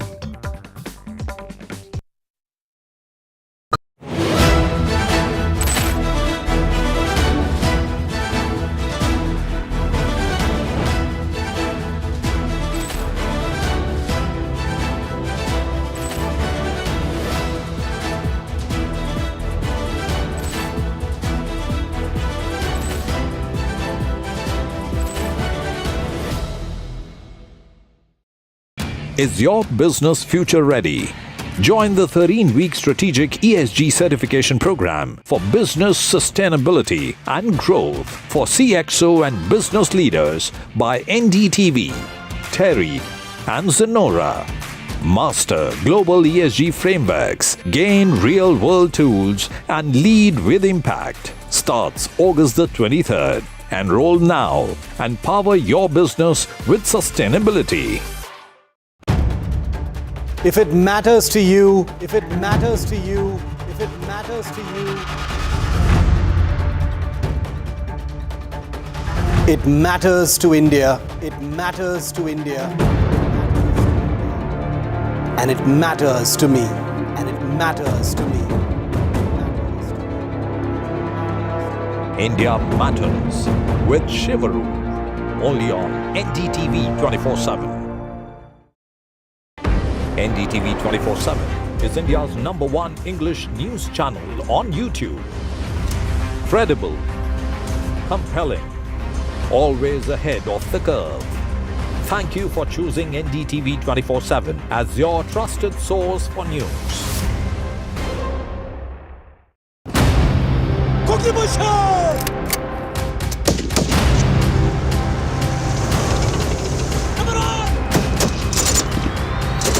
जय जवान जय जवान।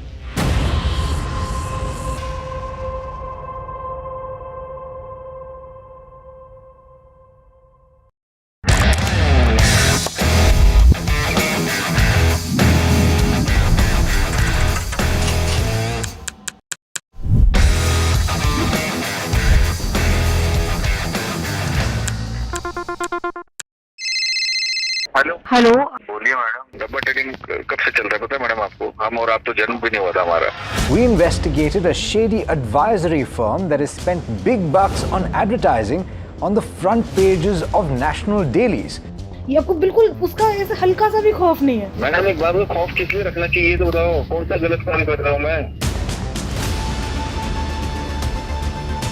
After our report, we also saw NSE came out with a cautionary circular to the investors. Market Regulator Securities and Exchange Board of India has also come out with a release talking about the actions that it has taken. Cyber complaint has also been filed against the entities involved in this entire dabba trading scam.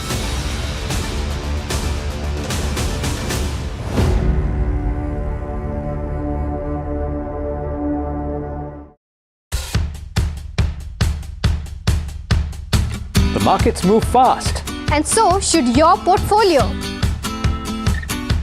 Expert insights, real-time stock picks. Do I buy Ola? Should I hold CDSL for the long term? Buy, sell or hold. The answers you need, straight from the experts. Callers from India and across the world. Connect live, ask, decide and invest wisely. Your portfolio, your future. Ask Profit.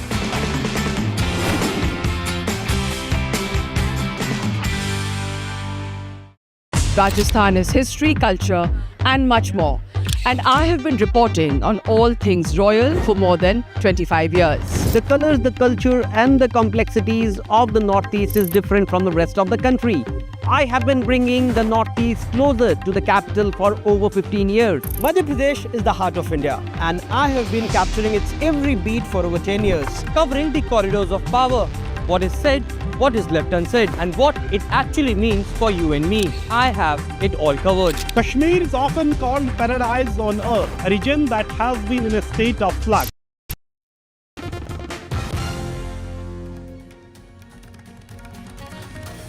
A very good evening. You're watching this big debate this Saturday evening. I'm Gauri Dwivedi. This is NDTV, and we'll get you the top story that we are tracking, which is Air Chief Marshal's statement with regard to the damage, the clobbering that the Pakistani Air Force faced during Operation Sindoor and the ramifications of that. But first up, let's get you the headlines we're tracking this hour. Big news break on NDTV. Air Chief Marshal confirms that the IAF hit 6 Pakistani jets during Operation Sindoor, the first formal confirmation of the jets downed by India. IAF chief says that couldn't convince our own. He was referring to the Balakot strike and said, and his revelation has triggered a big storm. Will the Congress now apologize, and will Rahul Gandhi now apologize? That's the big question that the BJP is asking.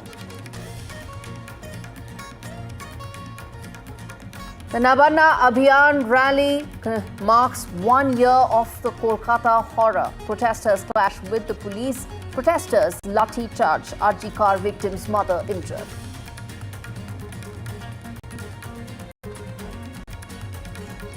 Sharad Pawar backs Rahul Gandhi on the vote theft controversy. Sharad Pawar has sought a probe and says that the Election Commission must answer the queries raised by Rahul Gandhi.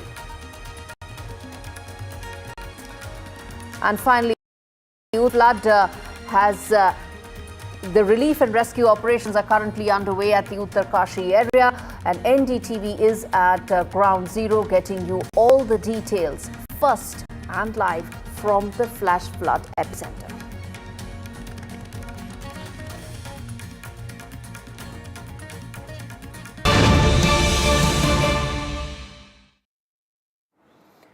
Viewers, let's start the broadcast with breaking news that's coming in as we speak. This is regarding Mumbai airport, where it seems that there is chaos right now. Network failure has been reported at Mumbai airport, where it seems systems are down. Remember, Mumbai airport is one of the busiest airports around the world.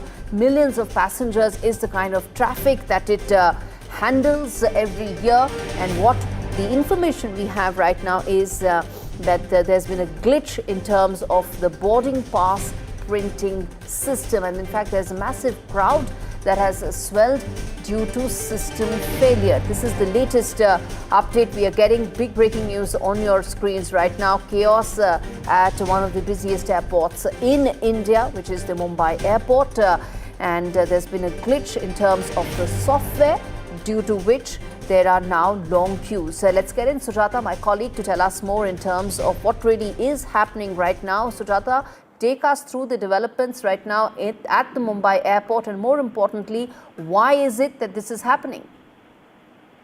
Well, absolutely, Gauri. I just spoke to the airport authorities and they informed us that the network disruption, it did occur, but it was only for a brief period in late evening. And they also informed us that the technical team was promptly able to resolve the glitch, and there was no such disruption of the flight operations that happened. But it has to be noted that the network failure had happened, in which caused difficulties in operating the systems, because the check-in and the boarding process was currently carried out manually, and the printing system had stopped, and emergency measures had also been activated, but the team was able to restore the services in time, because of which now flights are operational, and there's no such delay or cancellation of any flights currently at the Mumbai airport. Now, things are beginning to come under control. Now, Sujata, this is one of the busiest airports in India. So if system failure occurs, what we are looking at, very long queues in terms of passengers, and in fact processing that manually could add to huge delays.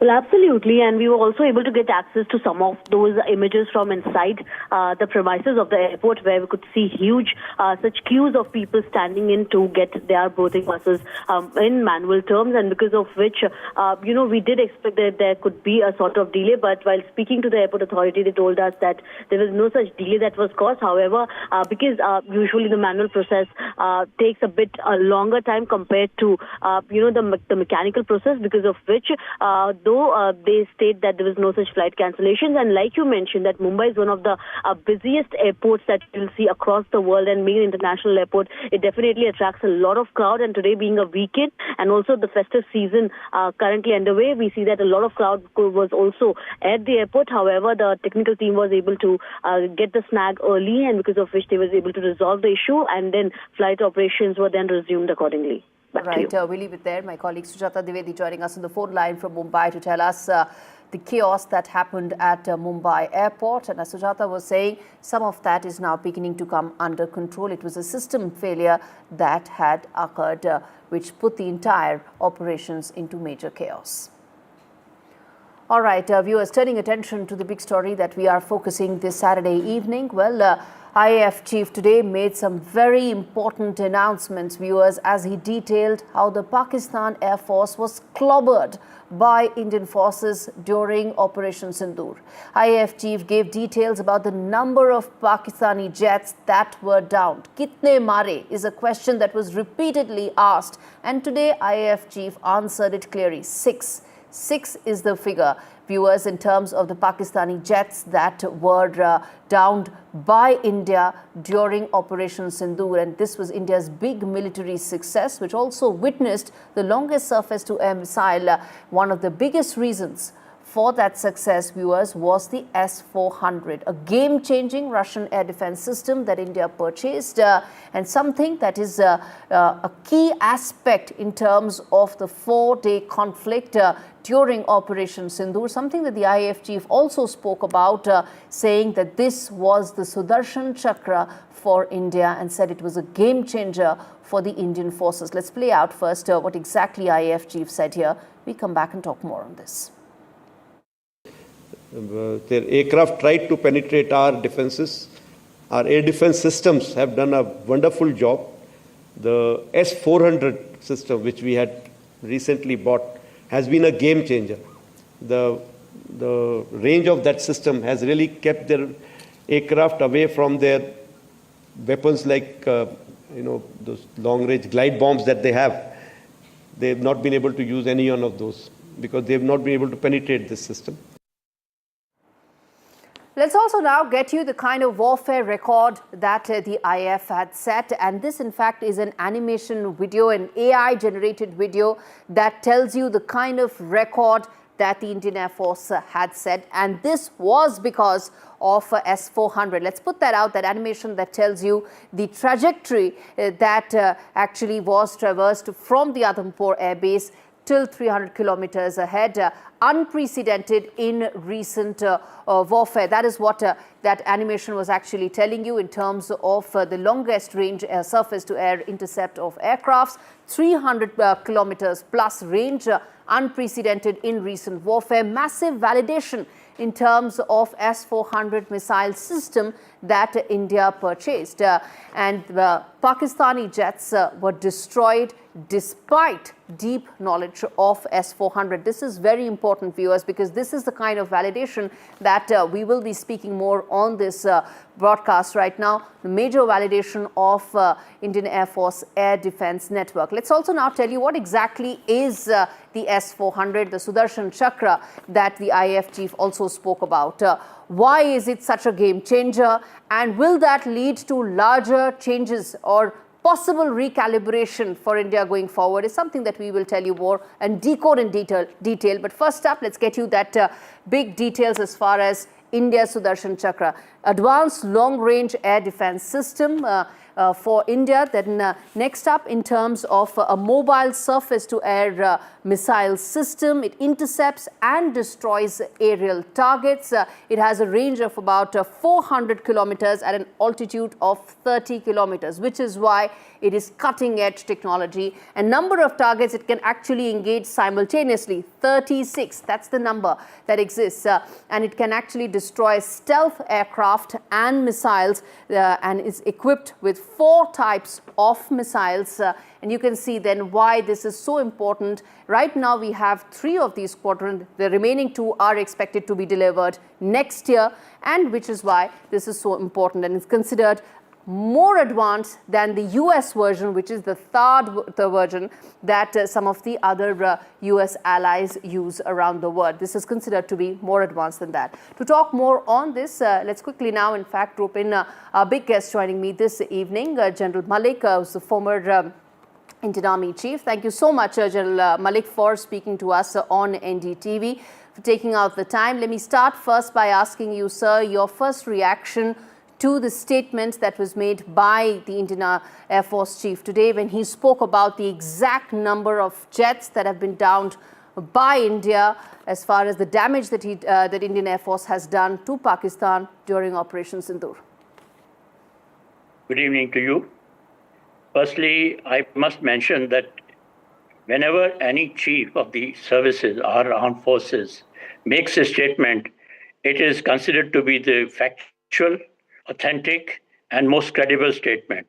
So let there be no doubt about his statement, because I saw it on the X, some people abroad doubting that statement also. And I am quite appalled about that kind of attitude. As far as Op Sindoor is concerned, I think it is one of the unique operations that we have conducted. Within 4 days, we have been able to cause so much of damage to Pakistan, which has never happened earlier, without any casualties to ourselves. I'm talking of the human being. And the kind of planning that was done, the kind of clearance that was given, the kind of freedom of action that was given, I think that is most praiseworthy. 3 aspects are important. First is the selection of the target. Second is the acquisition of the target with the help of intelligence agencies and our surveillance apparatus. And the third is the distraction. And I think this has been done in a most efficient manner. And that is how we have been able to cause so much of damage, and which made Pakistan come to its knees and seek the ceasefire subsequently on the 10th of May. So I feel that the other aspect I want to mention here is that this particular operation has showcased many things. Firstly, on the political side, I think it has shown strong will and resolve to punish the perpetrators. That is one. Secondly, it was a whole of the nation approach while we carried out Op Sindoor. The other aspect was the Indus water treaty that has been put in abeyance. Then the new indigenous weapons that have been showcased during this, and particularly Akash. I think they have proved to be the most effective and very credible weapon system, air defense system that we have got. As far as S-400 is concerned, which you were just now describing, it has done the same kind of work during Kargil war, which was done by Bofors. You know, Bofors became the game changer during Kargil war. And this year, and this time, it is the S-400 which has become the game changer. It has been proved now that it's one of the most effective air defense system that we have acquired in the recent years. Okay. I think it was, the whole operation was very successfully coordinated, and both, I would say, organizationally it has been conducted very well by all the three forces getting together, and also the manner in which the whole operation has been conducted on the ground with the new weapon systems and the new technologies that we have acquired. It has been most effective. Indeed, sir.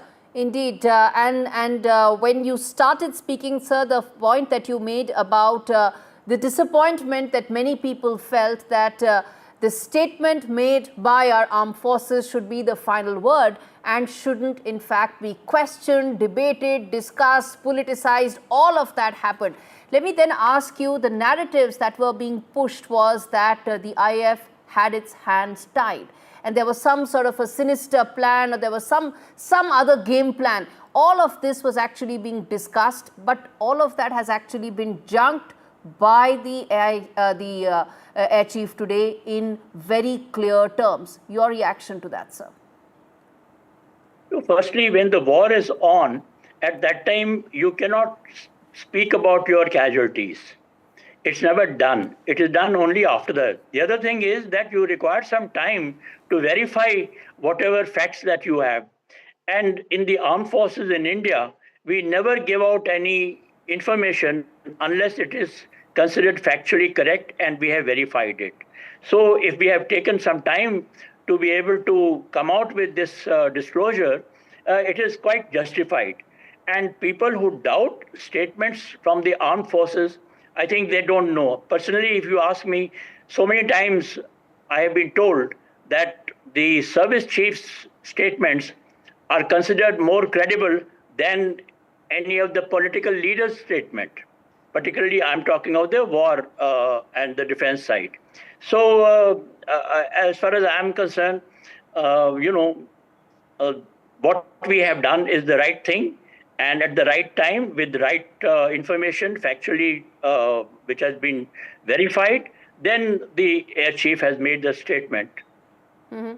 Indeed. The other thing that the Air Chief also spoke about was the lessons from the Balakot strike that made the Indian Air Force get proofs to back its big military win. He said that when he said that our own were doubting us earlier. Do you think that's extremely unfortunate, given the fact that when there is a big military win that India has achieved, it should just end there? Look, as I said, that whenever statements are made by the armed forces, official statements are made by, they should not be doubted.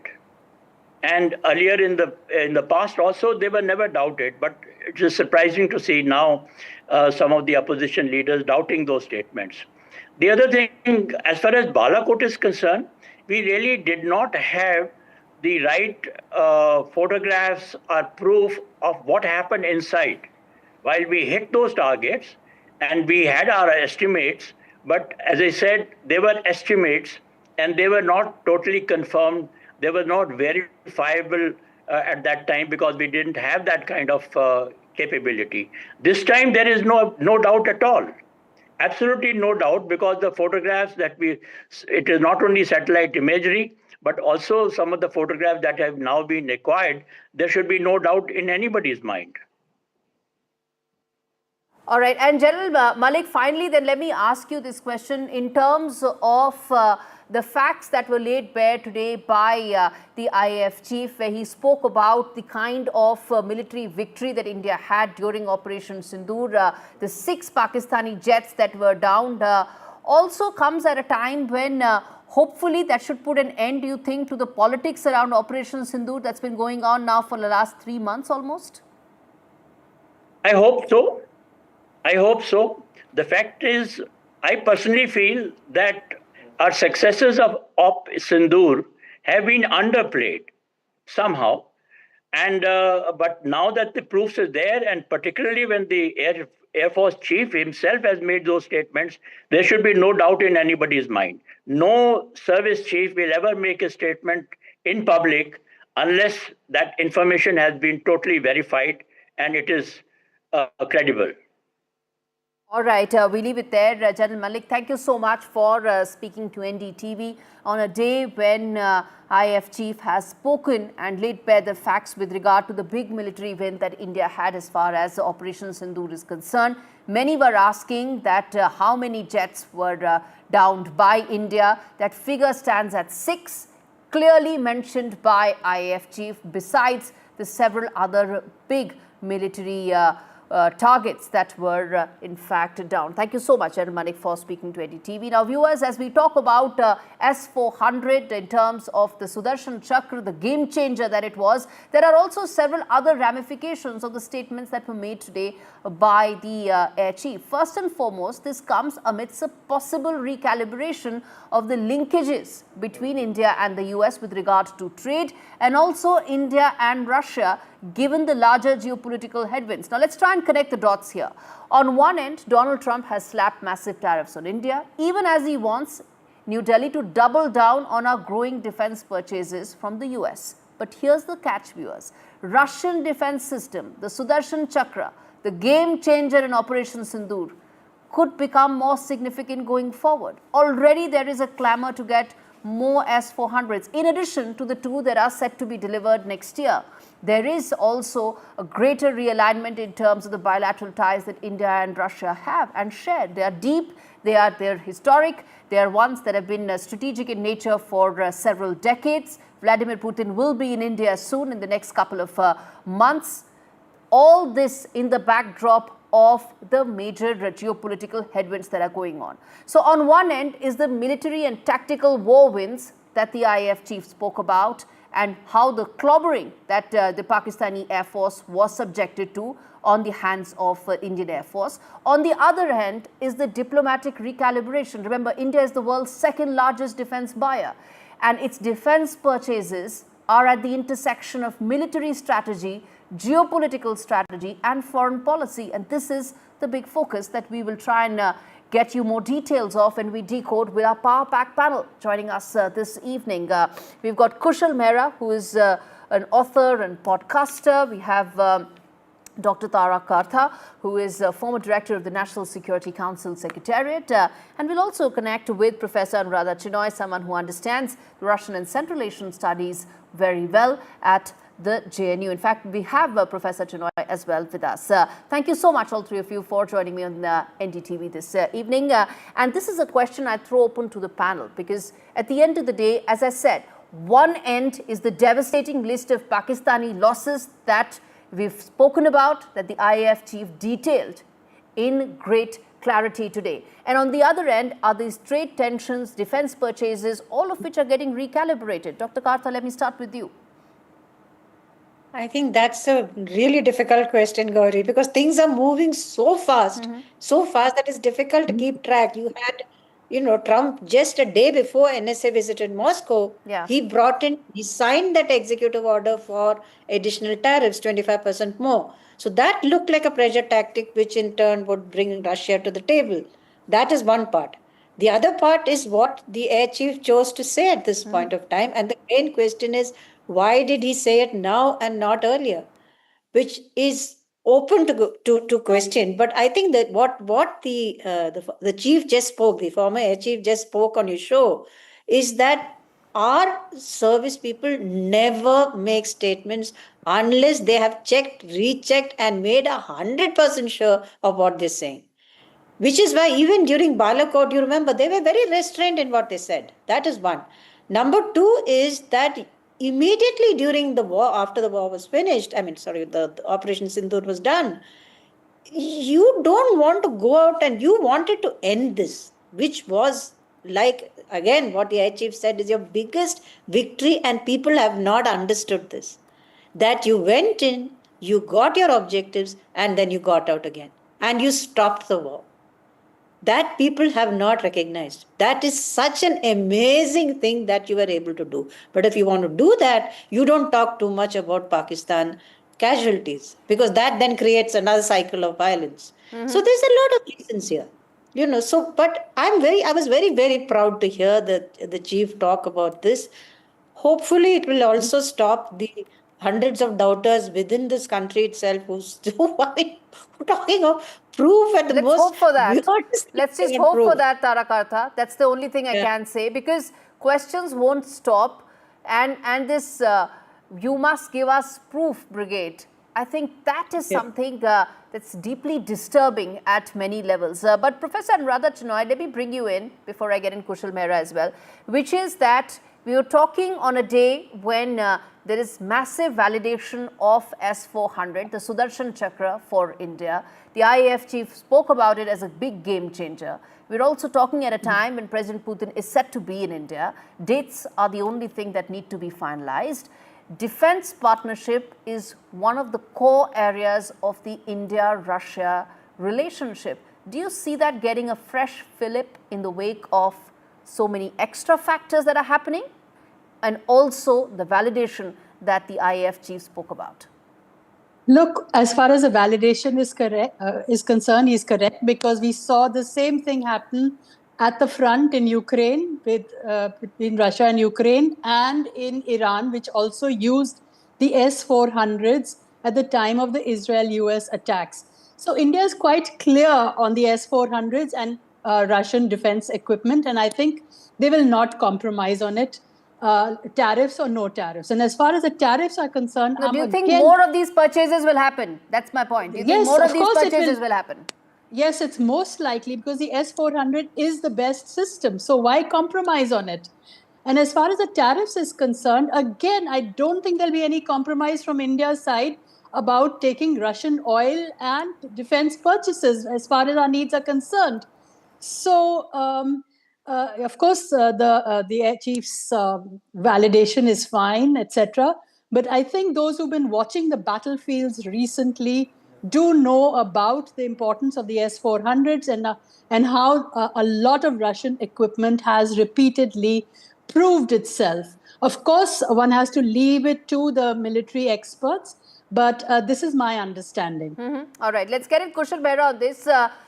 Kushal, this is not good news for Donald Trump. He's a man who likes planes to be gifted to him. He wants gold embossed phones to be gifted to him. He wants all defense purchases to come to him and his country, because, that's the whole MAGA argument, isn't it? But Russian defense and Russian arms being so successful for us is not good news for him, more so since he wants the entire weapons purchase to come from America.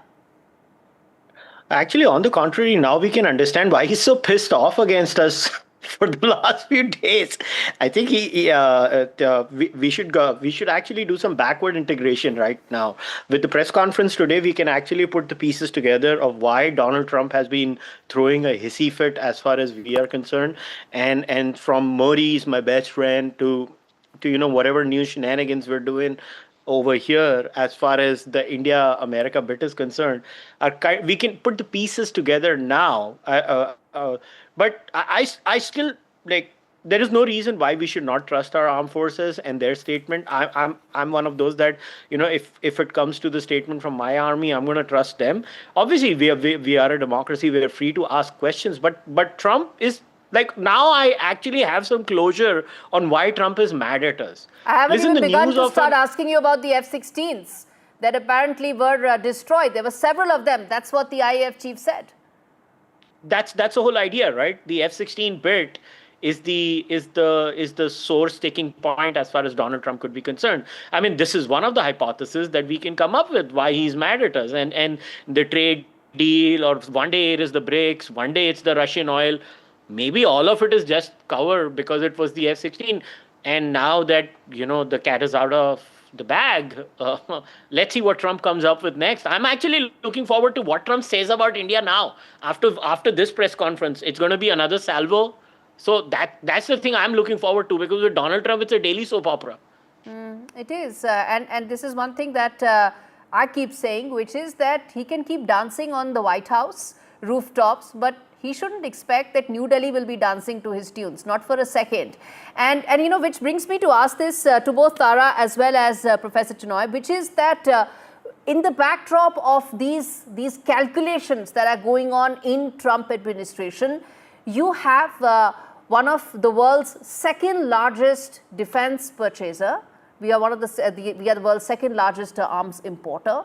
We take our decisions in regard to defense purchases, keeping all these long-term calculations in mind. Yes, we have a growing defense partnership with America, but we also have a solid foundation in terms of the Russian weaponry that we have, which get proven on battlefield. Tara Kartha. Yeah, I would love to go with that and say buy Russian and let's carry on with this, because, you know, they're offering you co-production. There's some amount of technology transfer, not a lot, but some amount. And of course, their involvement in nuclear power. So there is this solid power which is willing to back you and offer you spares during a conflict. I mean, they did that in Sindoor. You know, you had no lack of certain items. But the reality, Gauri, is that you still have to work with Quad. That's the reality. You can't walk away from that. So you've got now the Australians coming in. You're going to talk to the Japanese. So in that, you have to have US weapons. Otherwise, how do you operate with them? It's in practical terms, it's not possible, and it's not, what shall I say, right, that when they object to the S-400s during an operation with them, they have a certain amount of logic on their side. So this is going to be a very careful balancing game. But even then, while I agree with Professor Chinoy, the S-400s, I think, will remain on the table. S-400s will remain on the table.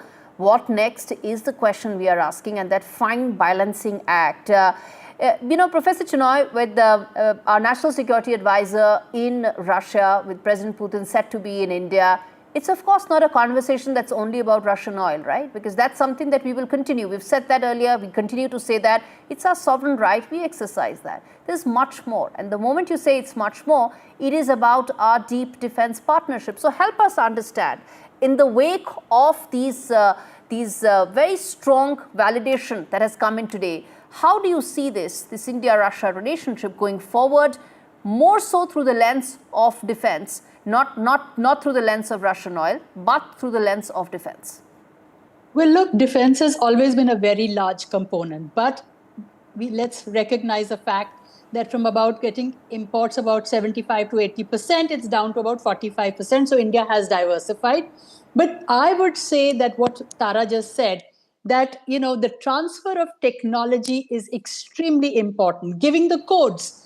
Because I did also read the reports, some reports which said that some of the US equipment we are getting have not given us the codes, which is very important during a war and during any, for our own defense. So really, I don't think we will shift from the defense platforms. The defense will remain a major component of India-Russia trust and partnership.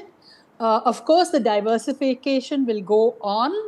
But we have to also see what is best, as opposed to the political pressure which comes from many Western countries that, you know, it's a plus. If you do this, you know, we might lower tariffs. But with Russia, there's no such thing. It's very direct. Of course, there are times when there is a slowdown. But again, I agree with Tara, the way, that they have been able to deliver. And then I even remember a point when there was one particular, I think maybe it was some years ago, where the Russians said, and I was present in that meeting, where they said, well, if India requires, we'll take off even our boots and give it to them. So that is a basis of this relationship, and I think it will remain. Kushal Mehra, come in there. In the backdrop of this history, the present that exists, and that whole MAGA brigade, which for all you know, if there's anything that is certain about them is the complete unpredictability. Next week, Trump and Putin will meet in Alaska, and none of these, permutations and combinations may hold. All of this may change. But as things stand right now, how do you see this balancing act now going from here on for India from its defense platform's point of view? I actually do agree with the other two speakers that as far as India is concerned, it's about Indian defense interests, and whatever serves our interests properly has to be our priority. You cannot, as the old adage goes, you should not put all your eggs in one basket, whether it's the Russian basket or whether it's the American basket. We should do what suits us. As far as MAGA is concerned, listen, we have to stop giving attention to social media noise. Beyond a point, it is just fluff and bluster. And Trump has a unique way of doing things, where Trump plays the bad cop, and the negotiators that are dealing with India will always play the good cop. And in this good cop, bad cop routine, I think Trump doesn't realize that when it comes to negotiating, I think maybe they don't know Indian culture, that every Indian person going to a small retail shop, buying things, negotiating and getting a deal is kind of part of our DNA. So I don't know what Trump is thinking. He's going to be tired out eventually with the Indians. We have to look at our interests.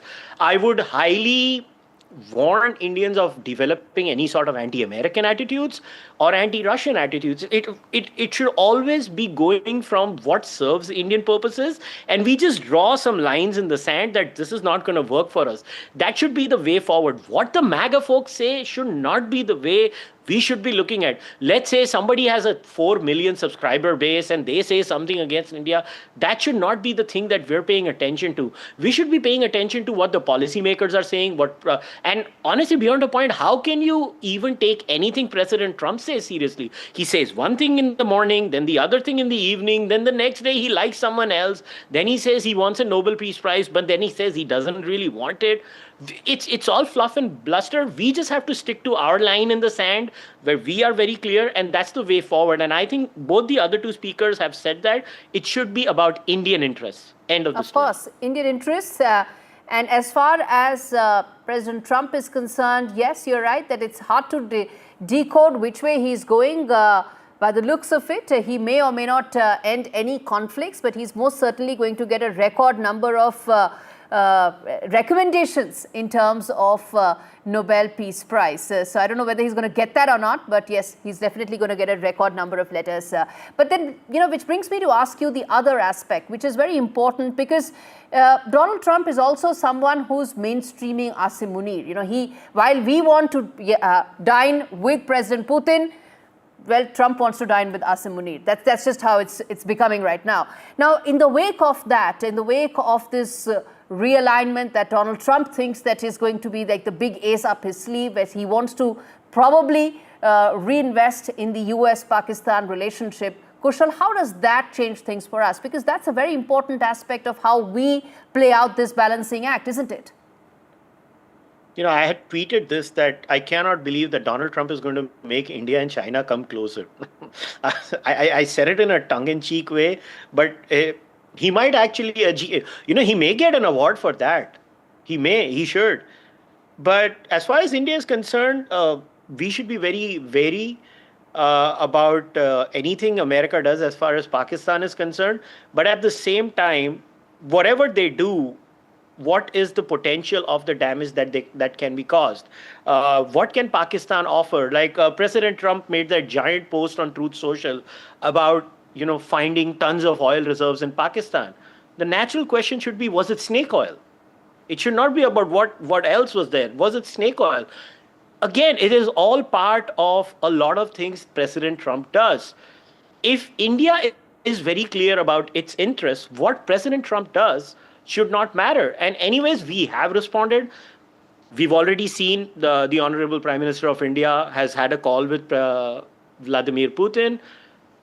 Prime Minister Modi is visiting China. There are many other things. I think President Lula also had a talk with Prime Minister Modi. There are ways of dealing with these things. But I would, again, caution Indians of developing this anti-America attitude. I don't think that helps us either. I think we have to look at it in the way we've always looked at it. Okay, all right. Serves Indian interests? Mm-hmm. What does serve Indian interests would be to be very wary of how Trump is looking to probably relook at the US-Pakistan relationship. That is something that we need to be very wary of. And Tara Kartha and Professor Chenoy, let me ask you those final comments in terms of, will that have an impact on how we recalibrate our relationship as far as defense platforms are concerned? As of now, there's nothing. Sorry. All they've got is 357 million for their F-16s, which is part of a compact to prevent the F-16s being used against India. It's a technical package. That's all they've got. I mean, they've got the IMF loan, but that has been going on for some years. They've been on IMF drip for years and years and years. Other than that, there is nothing there at all. I mean, Asim Munir can go and have lunch in 10 times, but I would say that is unfortunate for Asim Munir, because the US is one power which actually underlines the fact that there are no free lunches. If he's getting lunch there, he's got to give something back. And if I were Munir, I would be very, very wary of what the US must give. All right. Professor Chenoy, quick closing comments, ma'am. Yeah, well, Pakistan Army has always been available for use for the US in Central Asia, in West Asia, in Iran, etc. So Donald Trump would like to be the balancer in South Asia. He would like to pair India and Pakistan, which is not possible. Pakistan, it's a 23rd rescheduling of the IMF debt. They're unable to pay it. But nonetheless, Pakistan will suffer on account of US interests, because for them, their interests are primary, and that is how, they're the ones who had trained the Mujahideen and Afghanistan, and they continue to do it. So we have to be wary that American interests in Pakistan will be consistent, and we have to maneuver around it. All right, I'll leave it there. Thank you so much, all three of you, for joining me on this very special discussion in terms of the validation that S-400 got today and the larger recalibration it could actually kickstart for India from its defense partnerships. In fact, viewers, as far as the statements that were made by the IAF chief today, where he categorically talked about the kind of clobbering that the Pakistanis faced during Operation Sindoor, politics around it doesn't stop. Remember, it was Rahul Gandhi who had actually asked and in fact made those statements saying that the IAF had gone inside the Operation Sindoor with its hands tied at the back. A statement, a narrative that has been completely rejected by the Air Chief Marshal today. In fact, this is likely to have major ramifications going as far as the politics around Operation Sindoor is concerned. It could also be a major showdown factor as far as Parliament is concerned. Come Monday morning, Parliament has already debated Operation Sindoor for 16 hours when Rahul Gandhi made those statements, all of which have been rejected by the IAF chief. Listen in to some of those comments that came in from Rahul Gandhi and the rebuttal from the IAF chief. पहले 100% political will होनी चाहिए और दूसरा, अगर आप सेना का प्रयोग करना चाहते हो तो आपको फुल फ्रीडम ऑफ ऑपरेशन देना पड़ेगा। जनरल मानेकशॉ ने इंदिरा गांधी जी से कहा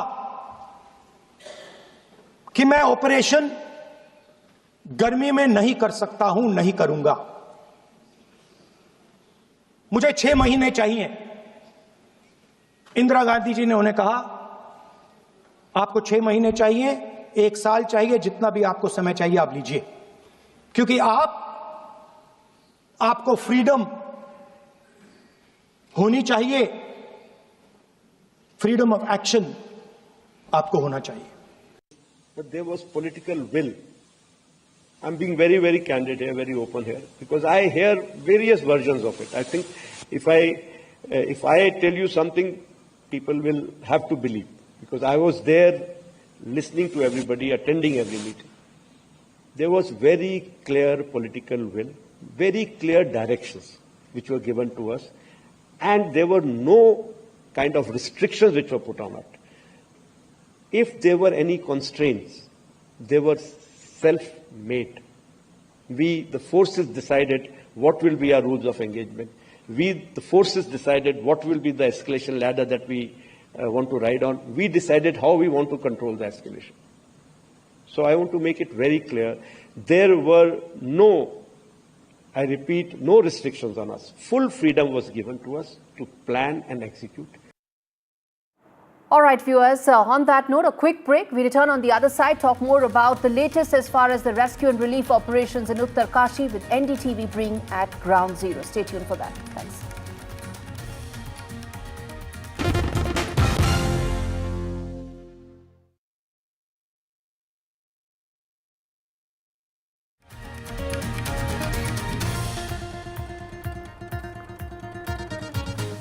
Big news break on NDTV. IF chief confirms 6 Pakistani jets were shot down by the Indian Air Force during Operation Sindoor. First formal confirmation of jets shot down by India.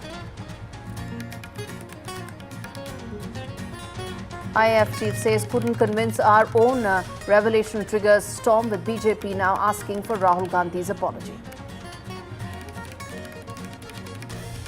1 year of RG car horror in Kolkata. Protesters clash with police. Protesters lathi charged.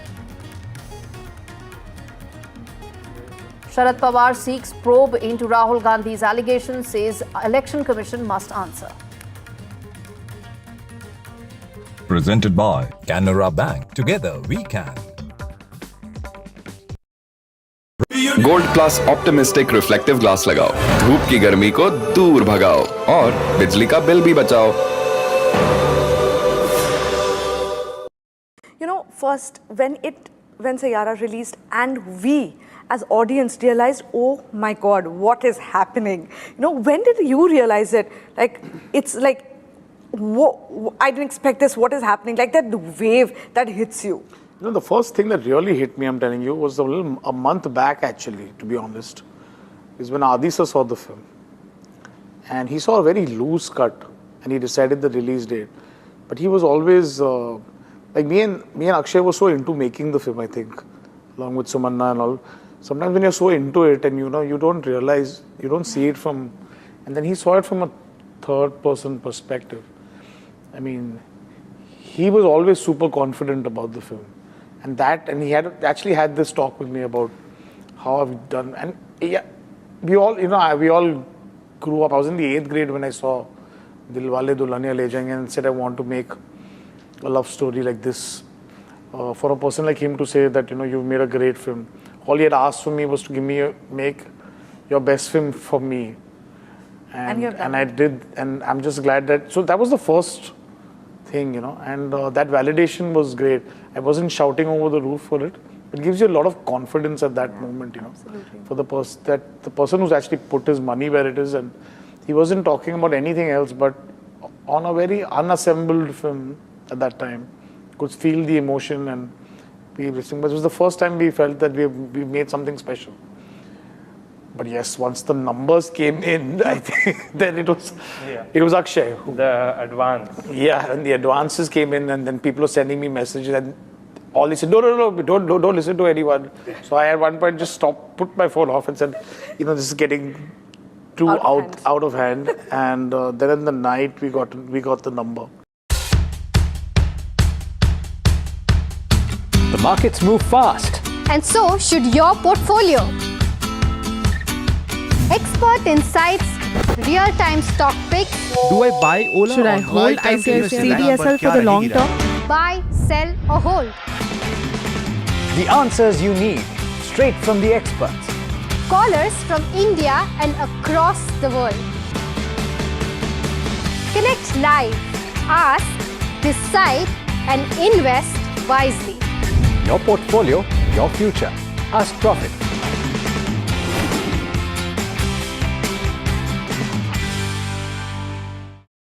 Rajasthan is history, culture, and much more. And I have been reporting on all things royal for more than 25 years. The colors, the culture, and the complexities of the Northeast is different from the rest of the country. I have been bringing the Northeast closer to the capital for over 15 years. Madhya Pradesh is the heart of India, and I have been capturing its every beat for over 10 years, covering the corridors of power. What is said, what is left unsaid, and what it actually means for you and me. I have it all covered. Kashmir is often called paradise on earth, a region that has been in a state of flux from conflict to India's crowning glory. I have been reporting and decoding Jammu and Kashmir for last 3 decades. Vanakkam Tamil Nadu. Now the battle for Tamil Nadu 2026 is open now. After Chief Minister Stalin rolls up his sleeves and Vijay steps in as a star challenger. This is a mass gathering, not for cash. Meanwhile, a former Chief Minister Edapadi Palanisamy begins his fight back. The big comeback campaign by EPS has well and truly begun. These are all the ultimate players and this is going to be the ultimate test.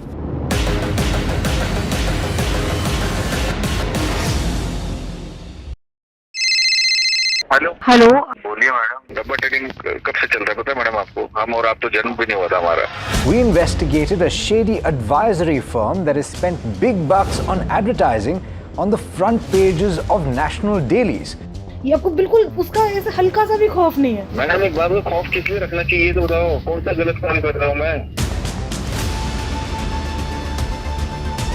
After our report, we also saw NSE came out with a cautionary circular to the investors. Market Regulator Securities and Exchange Board of India has also come out with a release talking about the actions that it has taken. Cyber complaint has also been filed against the entities involved in this entire Dabba trading scam. Hello, Moto. Moto G96 5G. All eyes on you.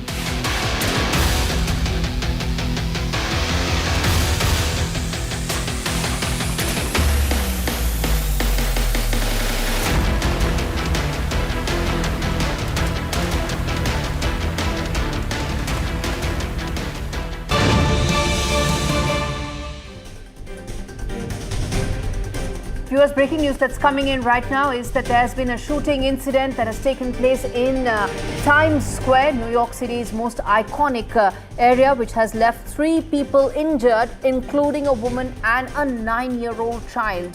New York Police Department has said that a 17-year-old opened fire. Let's get in Rhythm Arcadia joining us for more on this from the newsroom to tell us what really happened and, more importantly, how many people have been affected by this shooting incident. Yes, Corey, and absolutely devastating news coming in from Times Square. 3 people were injured after a 17-year-old man had opened fire at Times Square at around 1 a.m. local time. The victims include a 19-year-old man and a 65-year-old man, both of who were injured on their leg, and a 17-year-old woman who was wounded on her neck. Now, when this incident happened, immediately all the victims were rushed to the hospital and they remain in a stable condition. The shooting, obviously, post the shooting, there was chaos all over the streets. Dozens of police cars were lined up. People were seen running, screaming, and that happened. But remember that all of this comes in as New York braces for the mayor's race, and gun violence remains one of their defining issues. While the police says that, this year, within the 8 months, there have been fewer incidents of gun violence, but this obviously remains under the scanners. Now, despite all of this, Times Square has reopened and the investigation remains under process. All right, we leave it there. Rhythm Arcadia giving us that update in terms of that shooting incident that has taken place in Times Square. And as she was pointing out, comes at a time when there's growing debate with regards to what should be the situation as far as gun violence in public spaces are concerned. Well, viewers, with that, it's a wrap on the show. Thanks so much for watching. Up ahead is news with Vishnu Shom, where he decodes how is it that the Pakistani Air Force was clobbered by India.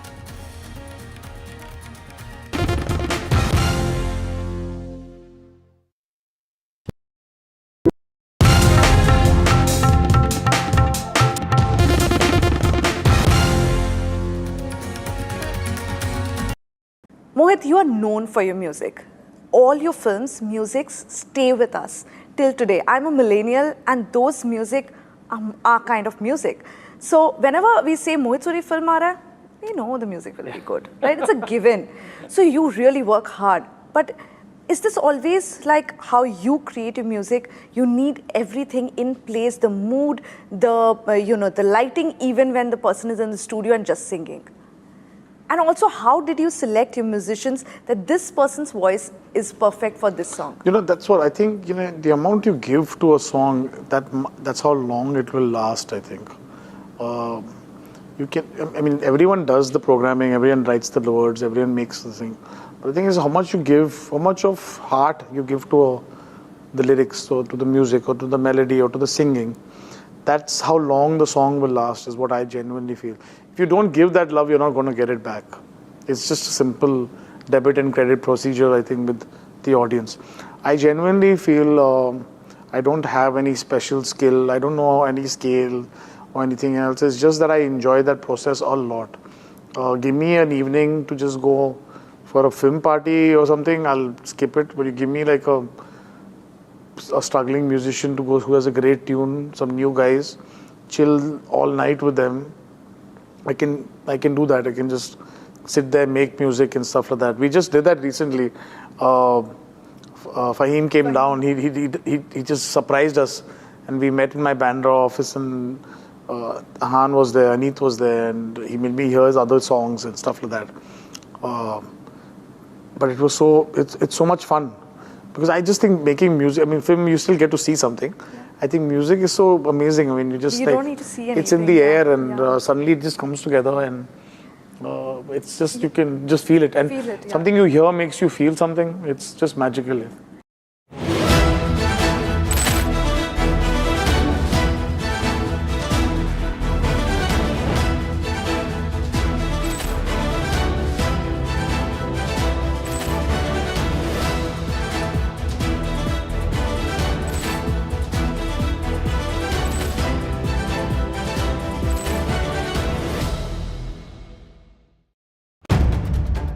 If it matters to you, if it matters to you, if it matters to you, it matters to India, it matters to India, and it matters to me, and it matters to me. India Matters with Shivaru, only on NDTV 24/7.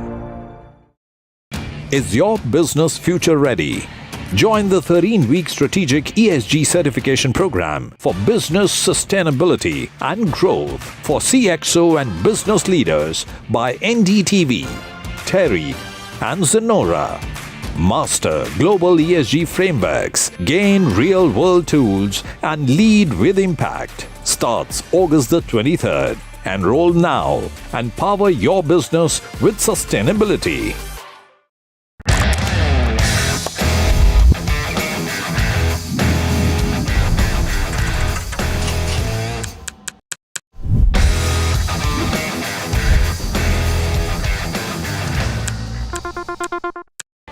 NDTV 24/7 is India's #1 English news channel on YouTube. Credible, compelling, always ahead of the curve.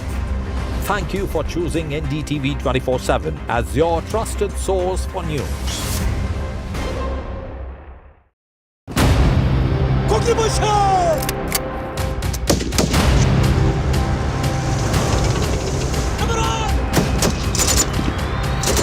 Jai Jawan! Jai Jawan!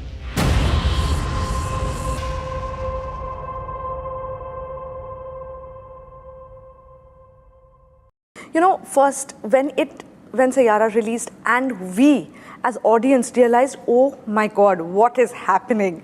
When did you realize it? It's like, whoa, I didn't expect this, what is happening? Like that wave that hits you. The first thing that really hit me, I'm telling you, was a month back actually, to be honest, is when Adisa saw the film. And he saw a very loose cut and he decided the release date. But he was always, like me and Akshay were so into making the film, I think, along with Sumanna and all. Sometimes when you're so into it and you don't realize, you don't see it from, and then he saw it from a third person perspective. He was always super confident about the film. And he had actually had this talk with me about how I've done. And yeah, we all, we all grew up. I was in the 8th grade when I saw Dilwale Dulhaniya Le Jayenge and said I want to make a love story like this. For a person like him to say that, you've made a great film. All he had asked for me was to give me a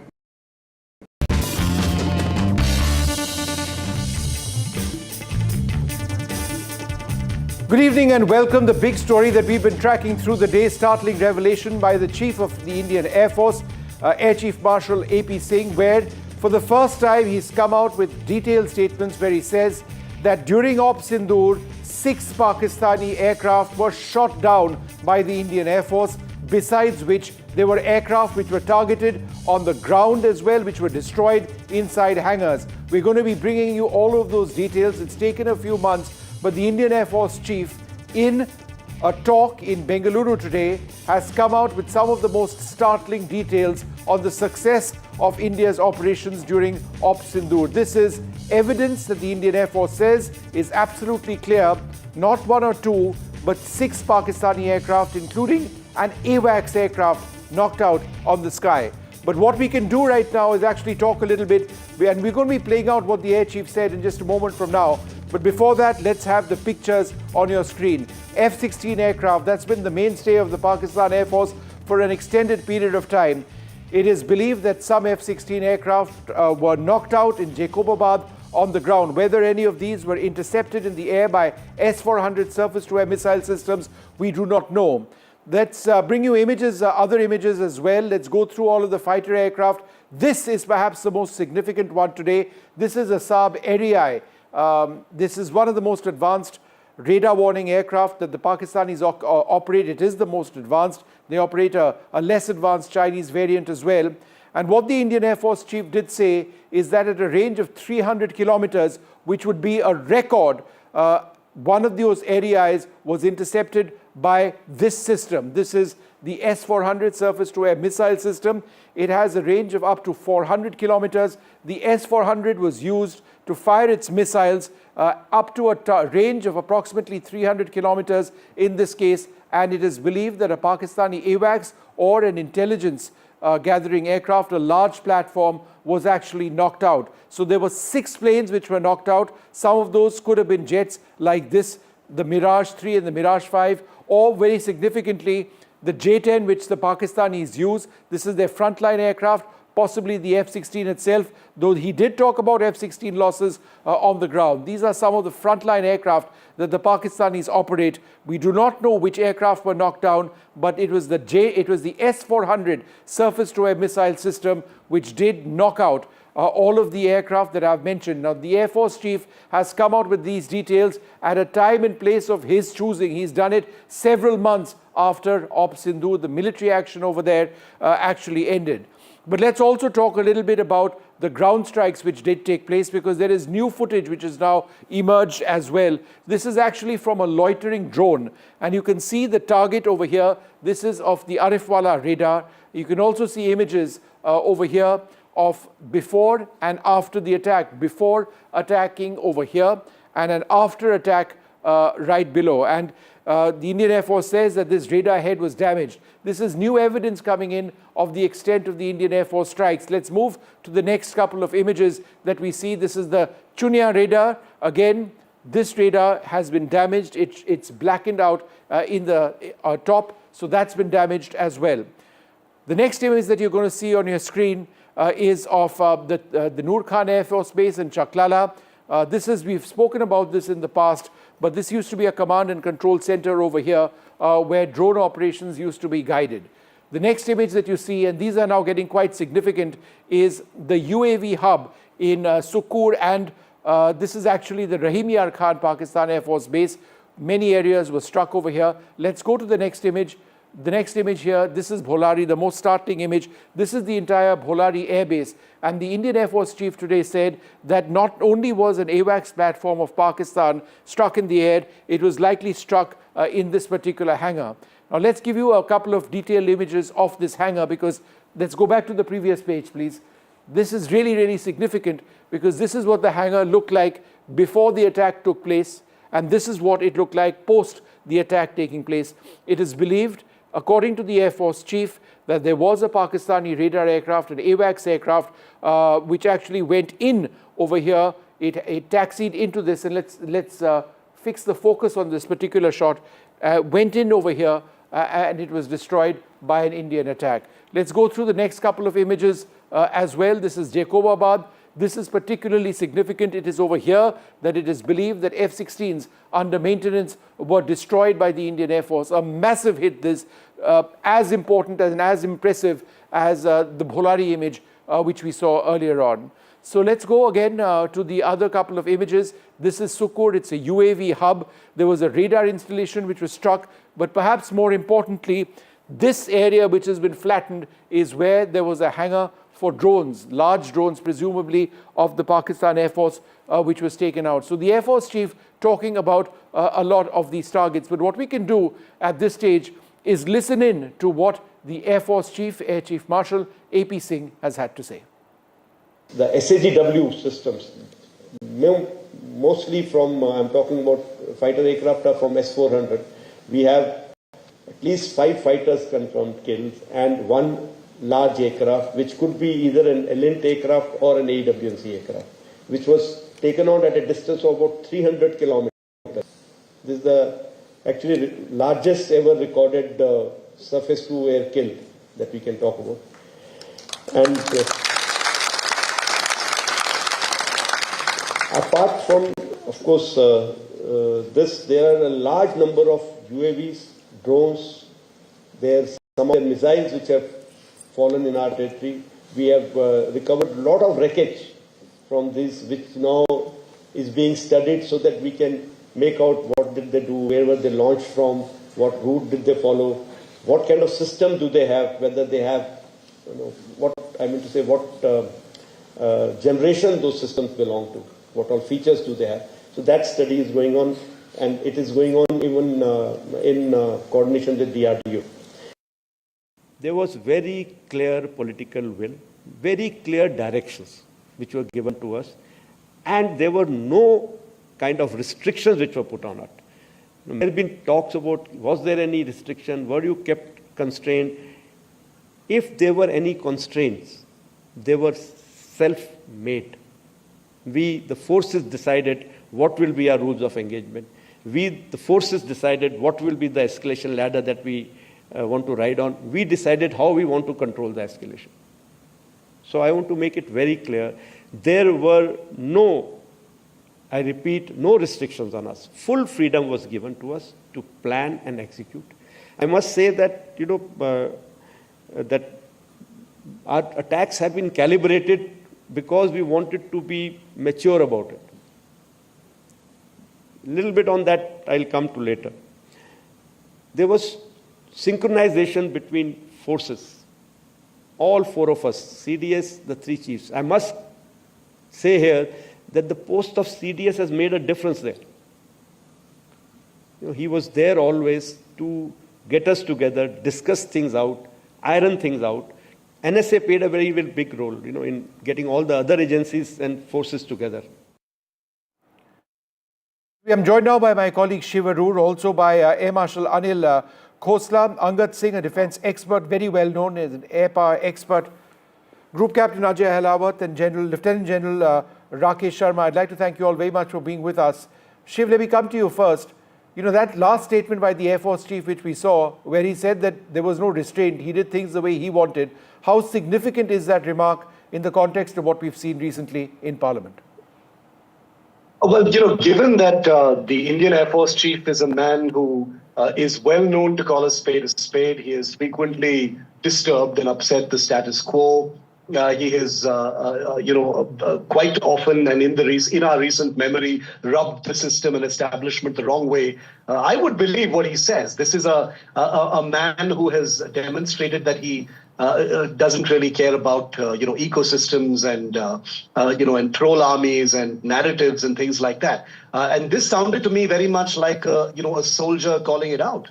He was quite rueful about having to convince our own people. He spoke very much like a man in blue. He was talking about how having to convince our own people was something that occupied the Air Force's time in the past. He was talking about Balakot. And this time he talked about no matter what people seem to be suggesting, and he very sort of ruefully said everyone seems to have an opinion, but it seemed like it was the right time for him to come out and say this entire suggestion that his hands were tied or the Air Force's hands were tied was ridiculous, that there was a tactical framework in which the Air Force was acting. No Air Force, certainly not the Indian Air Force, is going to go in with all its air power on display from day one itself. Were any aircraft shot down? Sure, this has been suggested in the past as well. You've reported it as well. But as far as the Air Force's actions are concerned, I think he's made it very clear that there was no question of hands being tied, any political restraint. On the contrary, he said there was total political will and freedom of operations given to the Air Force today. Shiv, there's an interesting tidbit of information which has come in, which we didn't discuss earlier on in the day. Shiv and I have been talking about this all day. Let me bring in Air Marshal Khosla on this to a specific question on whether the Akash surface-to-air missile system or the MRSAM surface-to-air missile system was actually used. Those are also in India's arsenal. The chief actually said that no, it never got down to that because the S-400s knocked down whatever they had to. How significant has the addition of the MRSAM? Let me put that to Air Marshal Anil Khosla. How significant is the addition of the S-400 to the Indian Air Force? Yeah, Vishnu, Chief, actually I attended the talk in the morning today, and relating to your specific question of what he mentioned was the air defense system, the whole ecosystem of air defense, we call it integrated air defense system, worked very well. The radars as well, all the weapons of different ranges, they worked in very well. And of course, he praised the S-400 as a game changer, and he brought out, like you also covered, that aircraft was shot down by S-500, and a sort of a record of a big aircraft being shot down at almost 300 kilometers. As far as MRSAM and Akash system is concerned, he mentioned about them also that they performed very well, and they were instrumental in utilizing some of the long-range vectors and which were thrown at us from Pakistan side. So he praised the entire AD system as such, and he made specific mention for Akash and S-400 and MRSAM as well. Okay. Angad, in terms of what we are now hearing, 6 Pakistani aircraft, including an AWACS platform, knocked down, how does this turn the entire narrative on its head? I think, Vishnu, it's a welcome piece of information. And I personally think the AWACS skill is the most important. Manned tactical aircraft always suffer in skirmishes like this, and I expect it to do so. So a welcome piece of information, but I still think that I hesitate to use the word irrelevant, but certainly less important in the grand scheme of things, because OCA, offensive counter-air, is still the holy grail of air operations. Neutralizing enemy air power on the ground before you even have to face it in the air. That's the holy grail of air power, of the application of air power. And the Indian Air Force has already comprehensively demonstrated that in May, and dominated the OCA landscape, hitting all its targets, all the bases that the Air Chief mentioned, while Pakistan was unable to hit a single target on our side of the border. In fact, Air Marshal Khosla, let's talk a little bit about that offensive air power. Where the Indian Air Force took out not just hangars and in the process destroyed aircraft to the ground, but also for the first time we are seeing some new images of strikes on radar installations. There were several, and let's have the images up on our screen. How significant would those be? Yeah, so Vishnu, like Chief brought out and he summed it up that almost 6 radars, big and small, were attacked, 2 command and control centers were attacked, 3 hangars were attacked, 2 runways were attacked. So, and he said all the airfields were attacked from north, south, east to west. And what he mentioned was, which is rightly we also discussed earlier, that the message was very, very clear. And it was not that one airfield was decimated totally and all the target systems, which I call it, on the airfield were destroyed on one particular airfield. Here the message was very clear that we are attacking all your airfields. We can hit you wherever you are. Number 2, by attacking different types of targets at different places, from hangars to command and control center, even underground installations, the message was that we can hit every type of target and wherever it is located. And that, I think, message went strength 5. And that's when I think Pakistan realized that the damage can be extensive, and that's when they called for halting the operations. Shiv, why did the Air Chief make these remarks now? Why did he not make them before, let's say, the Parliament session?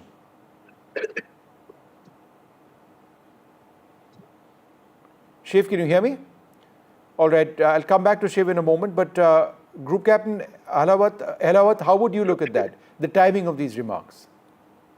Well, the timing is significant. Amongst various things the chief said, he essentially said, don't look at the story, look at the message. The message is the story, that we could hit Pakistan across the length and the breadth. PAF was hiding on the night of 9th and 10th. If this information had come a little bit earlier, it would have made a significant difference to the narrative battle, as Angad said. It is important now. It is very important to people who study air power, but it is less important in the narrative war. This lecture was planned on this date. I mean, Chief would speak at the opportunity given to him. It is my reading that if these things had come out a couple of days earlier, it would have taken up some more time in Parliament when the subject of Op Sindoor was discussed. But my narrow point before we move on is that all of us have been saying for a while, lie has speed and truth has endurance. So finally, the truth is emerging. We all believed it all along. And after the chief has spoken, I think he'll put the whole debate to rest now. Shiv, the timing of these remarks, I find that really interesting. This chief appear to be under any pressure whatsoever.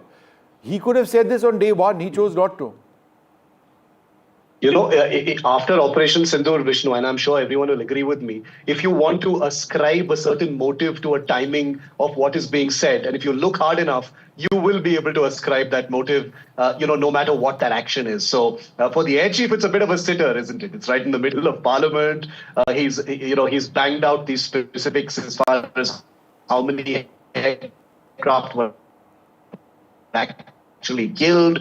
This has happened right after the Sindoor debate, and therefore there are these aspects which can be used to suggest that there is a specificity beyond just the LM Khatre memorial lecture to which the Air Force Chief is responding to. I don't think so. I think the Air Force must have its reason not having put this in. Shiv, we are losing your line. I'll come back to you in a moment. Let me go across to General Rakesh Sharma. General, we keep talking about this narrative war. That's all very well. That's how things play out on social media now. People decide winners and losers on social media, messages. Some are fabricated, some are not fabricated. But in terms of the actual war fighting, because this was a war, I mean, if you were hitting targets 100 kilometers in Pakistani Punjab, then it is a war. Simple as that. Yeah. At the end of the day, forget the narrative. India won Op Sindoor. That's the key message, right? Thank you, Vishnu, for inviting me. And yes, you're right. It's a key message that we had the power to do what we wanted to do in the air as also on the ground, which was proven in these 88 hours or something. What has come out today is something to be proud of, and proud of the Air Force of what they have achieved. Having said that, the issue that you raised about narrative. See, there are narratives. Narratives are lies and truths and half-truths. But this is a truth. This is a truth which is known to us from the day one. If we launched 6 S-400 missiles, we knew we launched a missile.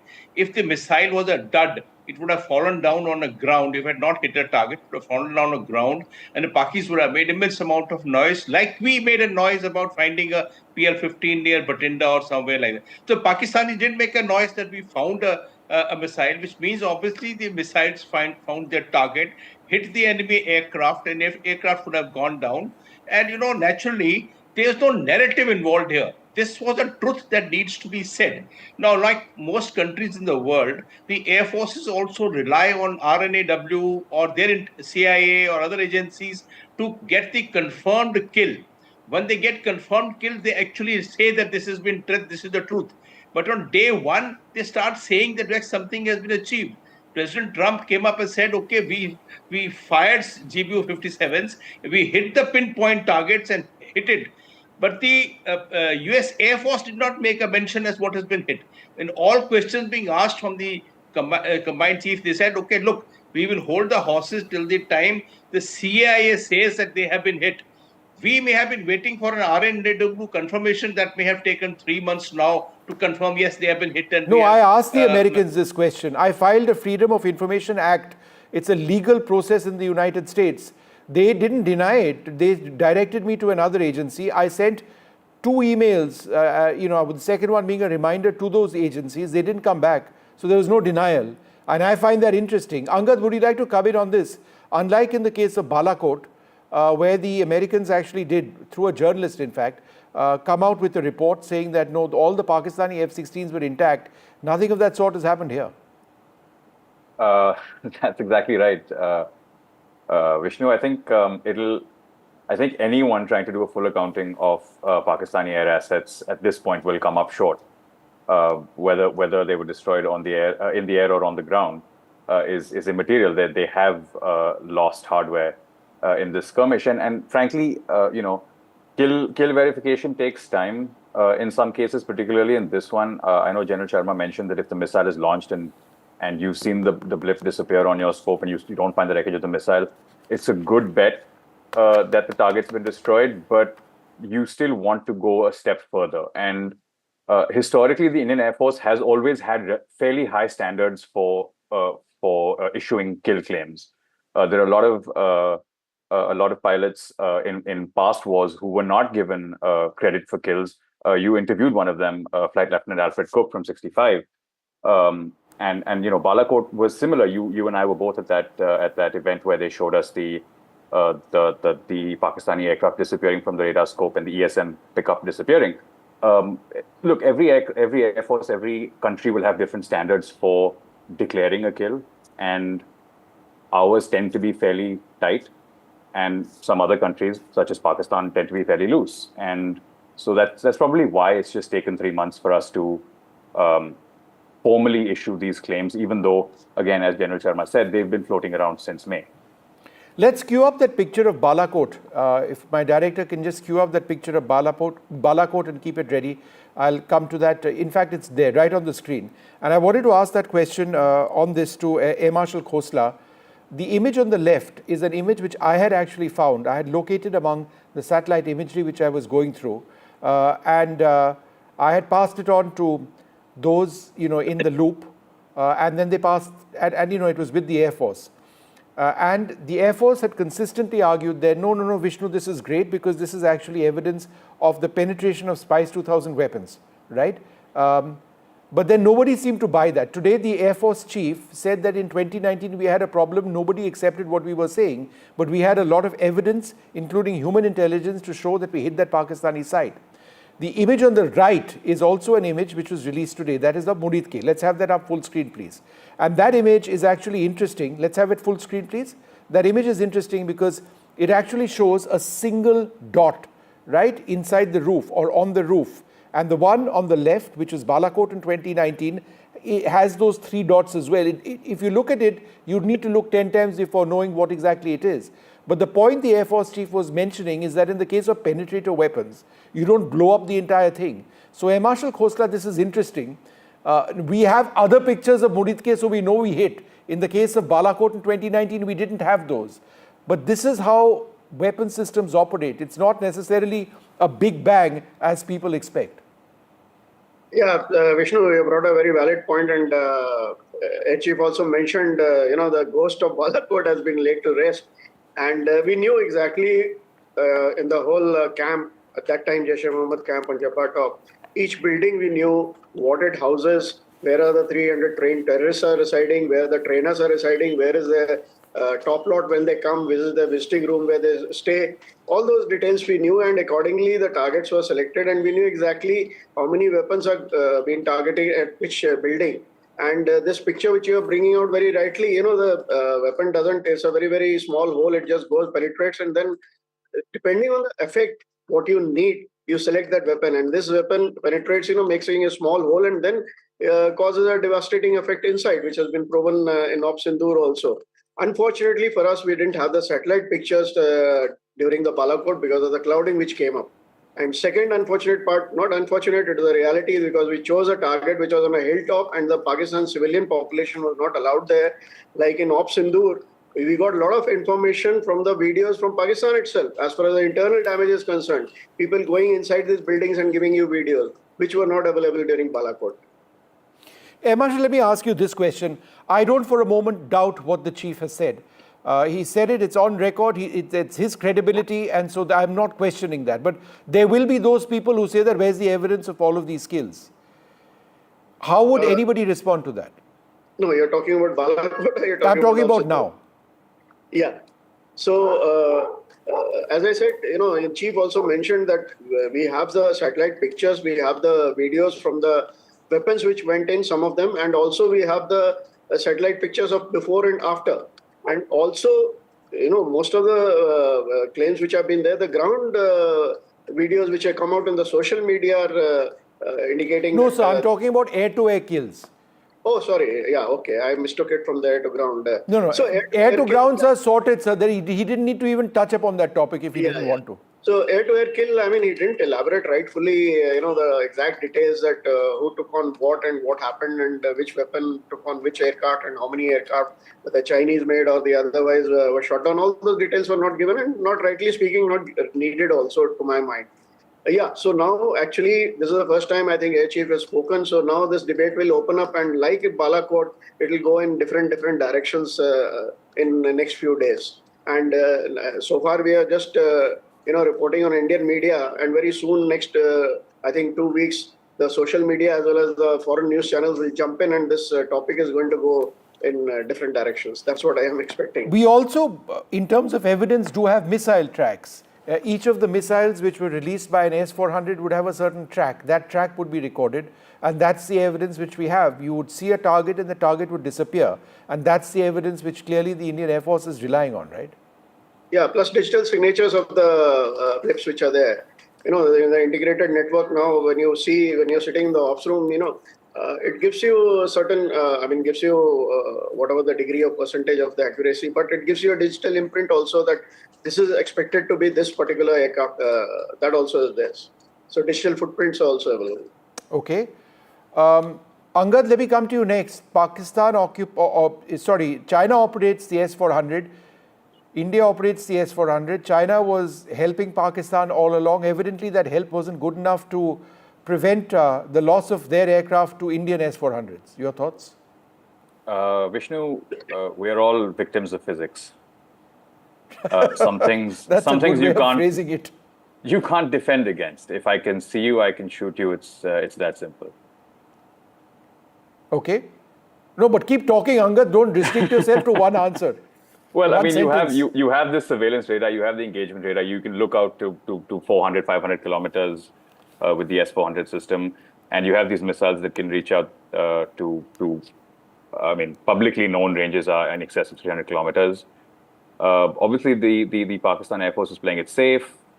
We saw that again, both in the air, on the ground, keeping at a distance after the 7th night, 8th morning. They essentially kept at a distance in the air, a distance that they hoped was sufficient, and it didn't work. They obviously miscalculated, and the S-400s found their marks 6 times as per the air chief, and as did the air to surface missiles that were launched in the following 48 hours.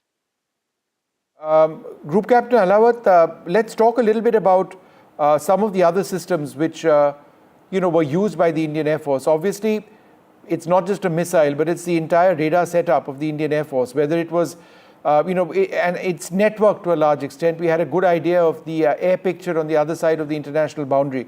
How did that play a key part? The fact that we've got something called the IACCS, it's data linked and network, a system of sensors, which actually enables our warfighters on the ground to know what the aerial threat is. How is this a key part of operations? Well, the IACCS works something like, eyes and ears. You get to see something, and through your ESM sensor, you get to hear something. And that information is conveyed to your hands, which form a punch and, deliver those effects. So all the network sensors played a key role from the smallest to the biggest Even civilian radars are interlinked, or they share information with the IACCS. With the Akash Tir that integrates army radars, feeding information to IACCS, it became all the more potent. So we could see, almost everything that went up in the air. We could target things that we wanted to target. And the situational awareness in the ops room was far, far better this time. Let's just listen into what the Air Force Chief had to say about the use of the Russian S-400 missile system. Let's take a look. Their aircraft tried to penetrate our defenses. Our air defense systems have done a wonderful job. The S-400 system, which we had recently bought, has been a game changer. The range of that system has really kept their aircraft away